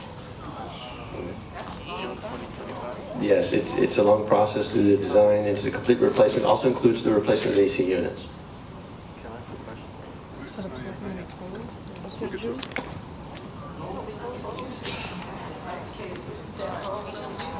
On that, good evening, everyone. Ace Marrero, I'm the Assistant City Manager for the City of Miami. I do not oversee parks, but I do oversee capital, I oversee planning, public works, zoning, building, and sustainability. And on that particular job, on the marketplace, it's not just a roof replacement, it's an entire HVAC system replacement, right? We have MC Harry, the architects are already on board, and they have already been retained, and they're completing the design process to complete those drawings, get it to bid, and have that construction started as soon as possible. We have an estimated completion date of 2026 for that entire project. Okay. Now, I took a lot of notes during today's meeting. And if you indulge me, I'll read some of them. When do you expect some of these repairs to be done? That was one of the first comments that I've heard. And Mr. Director, you made a commitment that you were going to come here quarterly. I think we can do much better than that. I think we can come here monthly, right? I think we can come here monthly, and the least we can do is give you an update on how we're doing in all of those projects, right? So today we're giving you a big picture of all of the projects that we have funded for this particular building. We want to make sure that we come on a regular basis and give you an update as to where are those projects, and what are the expectations for, are we meeting those deadlines or not? And so we're going to be able to face you here every month and tell you where we are on those projects. We made that similar commitment to this trust here when we were having the issue with the Dupuy building. And we said we're going to come here every month, and the planning department, we're going to give you an update every month, and we've been doing that. We made that commitment, and we're here every month, and we're gonna do the very same commitment for parks and for LCI, so we can brief you on a monthly basis. You said, you know, who do you talk to? You can talk to me. And I only have one phone, and I will give you my phone, all right, as an assistant city manager. If you guys are ready to take down my number, I'll give you my number right now. It's okay. I mean, you say we can talk to you, but is our problem gonna get solved? Because you could say. Well, that, we can certainly start the conversation. It's gonna be solved. We can certainly start the conversation. Because a lot of you guys, all y'all tell us is voice our voice, voice our voice, voice our voice. And we're still in the same situation. So it's like one word going in and it's coming out the other. It's a waste of our breath and it's our time. Take his number, because we going down to the city. We don't talk, we go to the city. I'm just saying, y'all keep saying. I think that's have just 786-282-2236. That's the only number I have. That's where my wife calls me. That's where my kids call me. That's where every City of Miami resident that has an issue with the City of Miami calls me, because that's what I do. That's my job. So if you have an issue with the City of Miami and it's under my purview, please call me. I'm also going to give you my email address. By the way, you can find it on our website, but I'll give, you know, and my cell phone too. Your name? Ace, A-C-E, Marrero, M-A-R-R-E-R-O. Then I'm gonna give you my email. My email is A, and then my last name, M-A-R-R-E-R-O. I'll repeat that again, A, M-A-R-R-E-R-O, at miamigov.com. Please send me an email when you have an issue, okay? And we have made our commitment that we're gonna be here every month. Now, let me keep going through some of these notes, because I wanna make sure that I take at least 5 minutes to have the decency to respond to some of those questions that you guys have. On behalf of the city, okay? How can we utilize this facility better for the summer programs? Well, you have the director right here. No one is better suited in the city of Miami to answer that question than Chris. Okay? Chris, you know what you need to give them? You need to give him your email address, please. Okay? Please give him. Hello, everyone. Email. I truly believe if you're here representing the city of Miami, public service has to be at the core of what we do. Email cevans@miamigov.com. CEVANS@miamigov.com. And my email, if everyone wants to write it down, it's Hector, it's HBADIA@miamigov.com. That's HBADIA@miamigov.com. We also have a community engagement group as part of our department. Their email is askoci@miamigov.com. Community engagement group, we have a staff of 3 that deals with meetings and getting the messages back to you. So that's askoci@miamigov.com. And Mr. Moreno do take care of issues, I'm telling you, because I tried them on several of them, and it happened. So go down to the city, Pan American Drive, make sure it's going down there. I heard, is this building going the same route as the Dupuy building? Absolutely not. Okay? Absolutely not. Okay, I got some numbers here that I want to share with you guys. This from 2006 to 2019, the city invested in this building $1.9 million. Out of the $3 million. I know it may be difficult to see. I said from 2006 to 2019. Right now, the city has capital projects valued at $5.3 million to renovate this facility, to do the roof, to do the AC, right? To do all these issues that we have, to replace the AC that we have, parts have been ordered.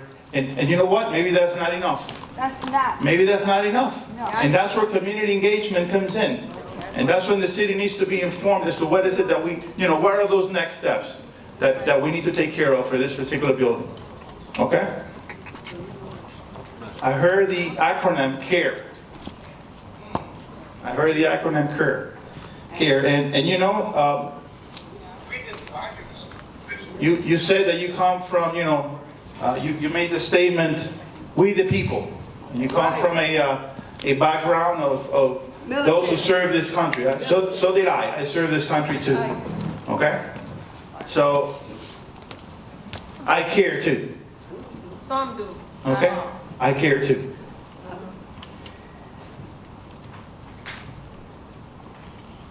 How do we get in contact with those people that are in charge in the city of Miami?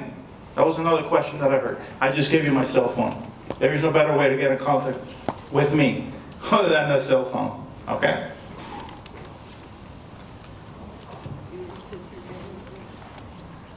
I'm going to wrap it up by perhaps just the last comment. There were some about the aesthetics of the building. How do we get involved with the aesthetics of this building? Right here. By reaching out to this gentleman right here who's in charge of OCI. That's how you get involved with the aesthetics of this building. Okay? And how do we become an active participant? Well, the city has commission meetings every other week. If you want to become an active participant, please attend commission meetings. Please be involved with your community above and beyond these meetings here. We come, but the commissioners don't be there. So how we gonna voice our opinions when they supposed to be here to listen? I think you need to continue doing what you're doing right now. Okay? That's a great start.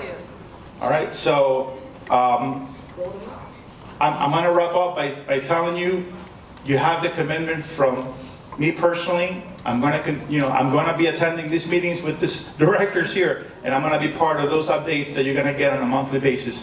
Okay? So with that, if you have any questions, I know you were given 2 minutes. I know you were given 2 minutes, but you know what? There's a couple of questions from the board, and public comment has already been closed. I got programming, more updates, and then just to get you a question on programming as well. If you don't mind. Thank you. Thank you. Go ahead. All right, two more important dates. I'm going to hand it off to LaClevia. Is September 14th and September 26th. That's the City of Miami budget meeting. That's when the final decisions get made on where the allocations come from. We do a lot of recommendations. We're going to talk a little bit about that right now. But September 14th, September 26th at commission. There's 5 commissioners there. They all approve the budget. They approve what the increases get. We, the Parks Department, provide our recommendations. And then the next step is for those, community to champion those to get exactly what you feel like the center needs to thrive. Okay? September 14th, September 26th. I know we have the emails here from the board. We'll make sure, we blast that out to let you know exactly when the budget meetings are. I know that the board, I believe this budget gets approved at the same time, same date. So September 14th, September 26th. So I'm going to hand it off to Assistant Director.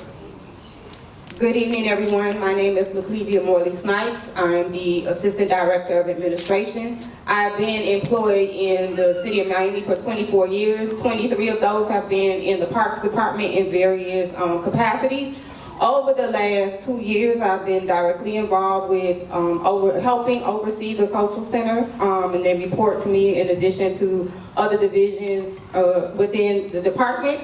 I do know many of you here. I work closely with you in helping implement some of the programs and activities and events that you wanted to do here. So I just want to touch upon a few things. Chris mentioned the budget.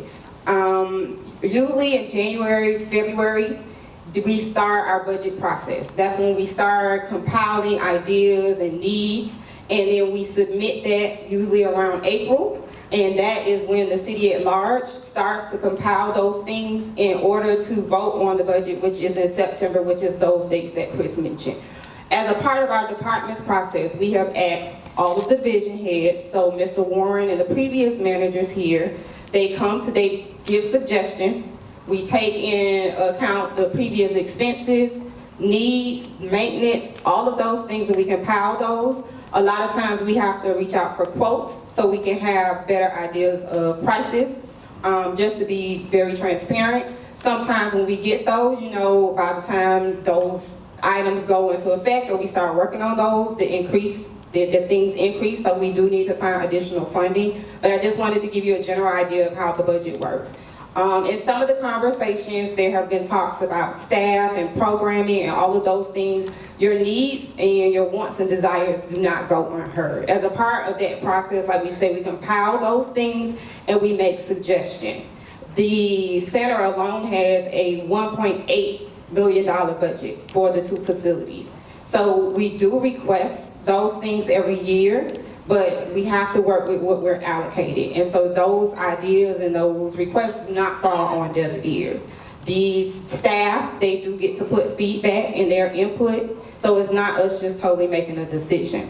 One of the other things I wanted to touch upon in terms of budget, and you voicing your concern about us not having a lot of things that are allocated for this place. One of the young ladies came up and they talked about, collaborating. So that is a creative way to be able to implement programming. I have personally worked with some of the organizations in the community to help reduce fees, waive fees for programming. So there are ways that we can come together to program the center, and it doesn't always have to involve money. We have waived fees for people to use the center, but it has to be for the benefit of the community and not charging the people and the residents. So those are things that you have to keep in mind. One of the main things that I wanted to talk on is that we adopted, as Chris said, our master plan in July of last year. And one of those things we did, that was a 2-year process, and we went throughout the entire city of Miami. We did have meetings here. We did. We went throughout the entire city, and we solicited input. We did have a meeting here, but we did not have this kind of turnout.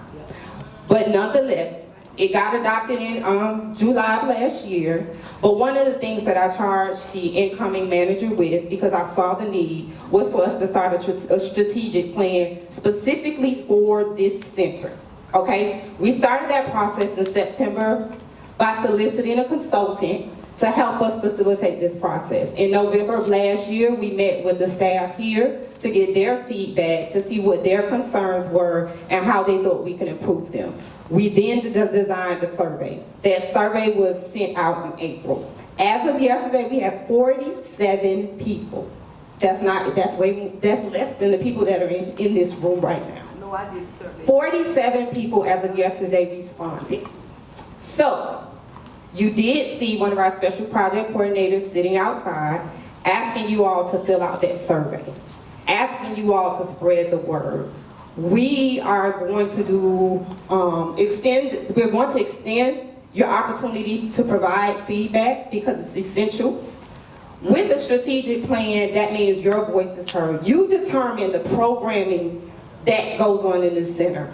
That is not determined by the center manager. That is not determined by me. We will use that as a guide to help program the center, to help develop partnerships, but we need your input. So just like they said, we need you to come out. So one of the things that I will commit to doing is once we get, and the way that the process works is that once we get your feedback, it will be summarized. We will then have a community meeting where you all come out and you hear what the input was. And I'm quite sure most of you already know what it is, right?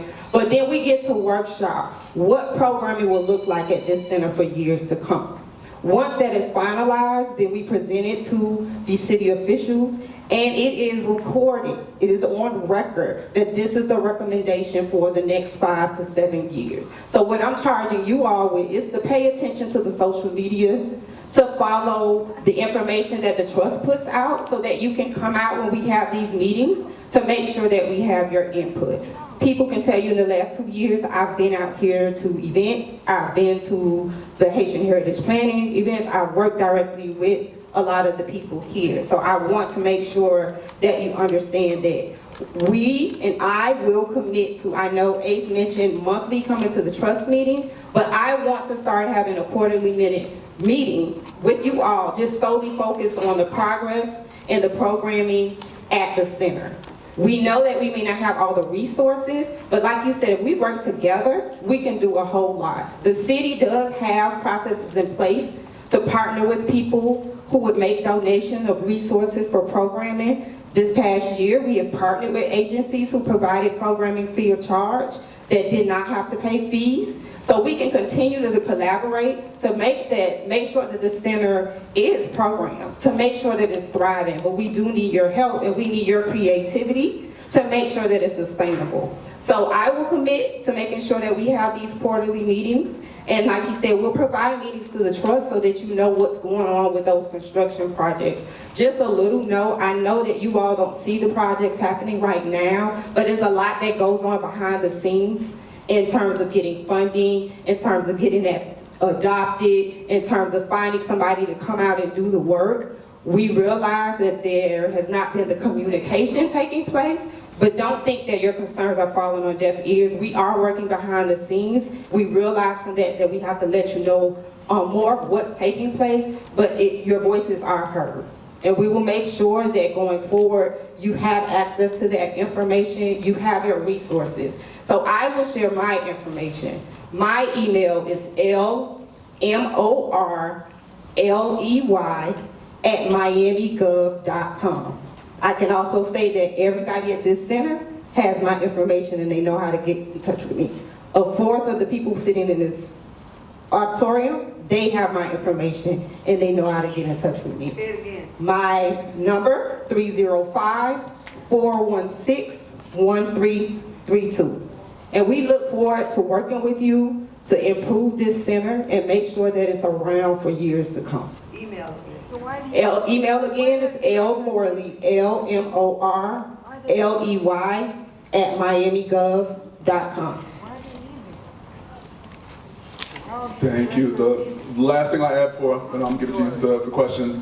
We did request $1.8 million in enhancements for the next fiscal year.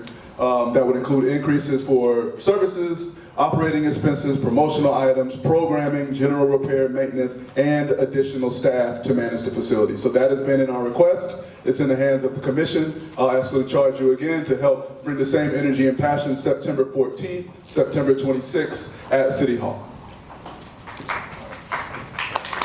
Thank you. We have a couple of questions from the board. Yeah, so I know everybody works hard, but I am bothered, as a person. I'm not speaking from the board right now, I'm speaking as a person that grew up 3 blocks from here. And about a month ago, I seen trees growing from the gutters. You ain't lying. So if a tree is growing from the gutters, that means that dirt, think about how much sediment that has, think about how much neglect that is. It's like seeing someone, on life support, and then you give them a sip of water and say, hey, at least I'm getting, it really hurts to say, I hear what you guys are saying about budget, but this ain't about budget. This is about blatant neglect, from my eyes. From my eyes. I have to sit up here and take a lot of heat too. I'm a community leader. People give me the business up here. And I have to look them in the eyes, and I walk here and I see people and I talk to them, I engage them, because that's what a leader does. But I can't sit here as a leader as well and say, I see a mango tree growing from the gutters of the cultural center. I gotta ask myself, how many years is it taking for that gutter? And that's just like a symbol, and it's not to call any single person out. Like Ms. Marrero, I guess I applaud what you're saying, but you cannot speak for the entire, you can't do that, man. You can't get in front of a bus like that and say you're going to take care of everything. That is not what I'm saying. Well, that's not what you're saying. No, let me. Well, I'm not going to get, it's not, I'm not trying to argue with you. I'm not trying to argue. But what I'm saying is, I'm speaking. Neither am I. But I'm speaking and you cut me off. Don't do it. So please don't do that. I got your back. I got your back. The point of what I'm saying is, that's not a system. You are not a system. Give us a system that works. That's not fair. $1.8 million. This facility is 68,000 square feet. 68,000 square feet. $1.8 million, that's just, come on, divide that by the square footage. That's not a lot of money, man. It's not. We sitting on 6.5 and they want me to build 100, they want me to rebuild Little Haiti with 6.5 million. We couldn't do this facility with our budget. You understand where I'm coming from? So, once again, it's not an attack on you, sir. I'm speaking to leadership and ownership, and like, Yes, that's nice now, but think about the money that we're gonna have to spend as taxpayers, because I work here, I live here, I'm a business owner, and I own property here. And I grew up here. Think about all the resources we gotta now use to fix inanimate things if we just would have took care of it. That money could have been going to programming for youth. Now we gotta stall. This building could have been operational. Now it gotta be closed. These are the things that we have to continue to learn. We just saw what happened with the Dupuy building. Never been in that building in my life. But what I learned from that lesson is, if we're not careful, if we're not good stewards of this stuff, it's gonna continue to happen. And 3 months later, we're here.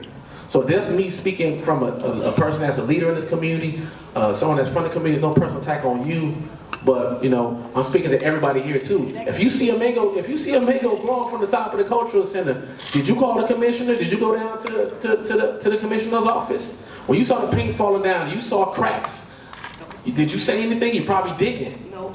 So it's now moving forward, like we gotta learn as a community. So I'm nothing personal against anybody here, because I catch it every month. But I just have to say that, like, you know, we gotta move better, and we gotta move strategic, and we gotta think about all the resources now that we not have to waste, that could be going to children, that could be going to families, that could be going to end some of this quote-unquote gun violence that's happening in the community. Because this is a place that can mitigate it, but we're not taking care of business. And that's all I have to say.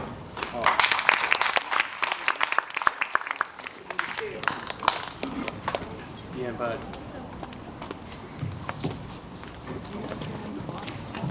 Good job, Miranda. The whole crew. Thank you.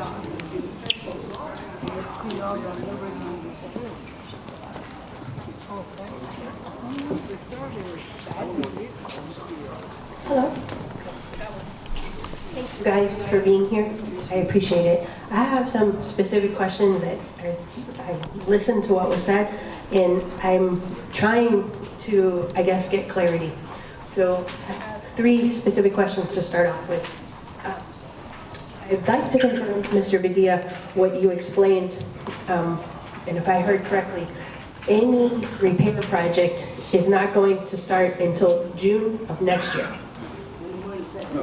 It's in the design phase right now, it's being worked on, but physical repairs of that building's roof are not until June of next year. to June of next year. But not all the repairs, be specific, please. Right, we're bifurcating this. So we're doing a short-term repair to buy us time to address the water intrusion, and then the permanent repairs will. And when is that gonna take place? So that's part of my next question. I wanted to confirm, and I'm having a hard time understanding. So you're going to secure the building. You're going to stop the water intrusion. It's going to not be leaking any further. In the short term. So there's issues with the skylights and the parapet wall. So the connection of where the roof and the parapet wall, water is coming down. Correct. So we have an engineer on board. They're looking at. They're going to make a recommendation, but we have to go through a design to address that and get permits on that. So in the short term, what we're going to do is we'll provide a temporary repair to give us buy some time in order to implement the permanent solution. In February? So hold on before everybody gets excited. I'm going to try to sort this out. So give me just a minute. I have a couple more questions. Bear with me, guys. What is the timeline for the short-term portion? Because right now, there is flapping tarps on the building. That's what caught my attention. I happened to not go my typical way, and I came from south to north. And when you come up Northeast 2nd Avenue, you can see the tarps flapping. So if there's another hard rainstorm, there's a hurricane, a tropical storm, any of that kind of stuff, next month, next week, you know, in the short term, this building is going to be further destroyed. We're going to need additional funds to repair the inside from water intrusion. So I need to understand, I guess, I get the long-term project to do it properly, to do it correctly, to fix it once and for all. But next week, what is being done to stop the water intrusion? It's the middle of the summer. Right, the short-term is an immediate solution, right? So we're going to work on it. The short-term is immediate. The air's behind me, everything. If you can speak up, I can't hear people. The short-term, in order to stop the water intrusion, is an immediate solution. We're going to work on that right away. Okay. Okay, but there's Yeah, and- flapping tarps up there. So Understood. can, this week or next week, can we secure the tarps? Can we TAPCON them down? Can we do something to Absolutely. help this building? What take Because, care of that, I mean, I'm looking at this, besides mango trees, besides, there's flapping tarps. I got you. And, you know, if there is a tropical storm that comes in the next couple weeks, there is no helping this building. I mean, there's water pouring in it to the point where we have mold and, you know, we can't occupy this building, it's shut down. This isn't a small leak where you put a bucket under it or something like that. So there has to be a sense of urgency here. That I don't disagree with. I have patience, I understand the process, I understand there needs to be design, there needs to be plans and all of that stuff. But you don't leave your house with a gaping hole in it and live in it with water pouring, you know, down. So if we could, I mean, can we have an update set? Can we do something where we can get some kind of city staff out here, some kind of emergency repairs and put a proper tarp, some kind of something with more mills, you know, that is not tied down on the spire with ropes. I mean, it's a pretty bad situation when you look at this, when you're, you know, a community member or you're driving by or you live here and you see this on a daily basis, it's getting worse day by day. So we don't have a year to wait. And I'm sorry for being pesky, but I mean, this has been going on, you know, I brought up, you know, this isn't the first time that this has been brought up. So, you know, this has really become urgent. Water is like the root of all evil. So if we don't stop the water, this building, the inside is going to be destroyed as well. Understood. We'll send our staff out there. That's Okay. everything. I appreciate it. And then lastly, I'd like to understand the marketplace will be shut down for the duration of this until 2026 when the roof is fixed? How long do we expect the marketplace to be shut down? No, after Haitian Heritage Month, we usually have some downtime to assess what we're doing. As far as marketplace, you know, activity, we're not closing it down. We want to make sure that the air conditioning's working and that everything is properly, like we're not shutting down the marketplace. There's some moments where there's not programming based on the staffing hours, based on availability, but we're not shutting down the marketplace. So when is the mold going to be remediated? The water intrusion stops, there's mice, there's other vermin and insects and all kinds of things going on. So that's why I'm saying this is quite urgent. You know, we're on the ground here, we use this building, we can't even meet in there anymore. So you know, this needs to be further divided into tomorrow, a short term and a long term. There's a site visit that's planned for tomorrow already for this building. Perfect. You ask and you shall receive, so I greatly appreciate it. And I mean, this has gotten to like a crisis point, and I apologize, but we can't let this go. We can't keep turning a blind eye to it. Thank you. I just have one further point of information or contact information for you. You all have voiced some concerns that you've seen driving by the facility. You can also contact us at parks, PARKS, at miamigov.com. And you will assist us by letting us know some of these concerns or some of the things that you see that are taking place at the facility. We have someone that checks that email thoroughly throughout the day, and they will let you know that they acknowledge that they received the email and will forward it to the appropriate person to address these issues. Parks at miamigov.com. Thank you. I just wanted to say thank you to Parks and the City for your time today. What I do want to reiterate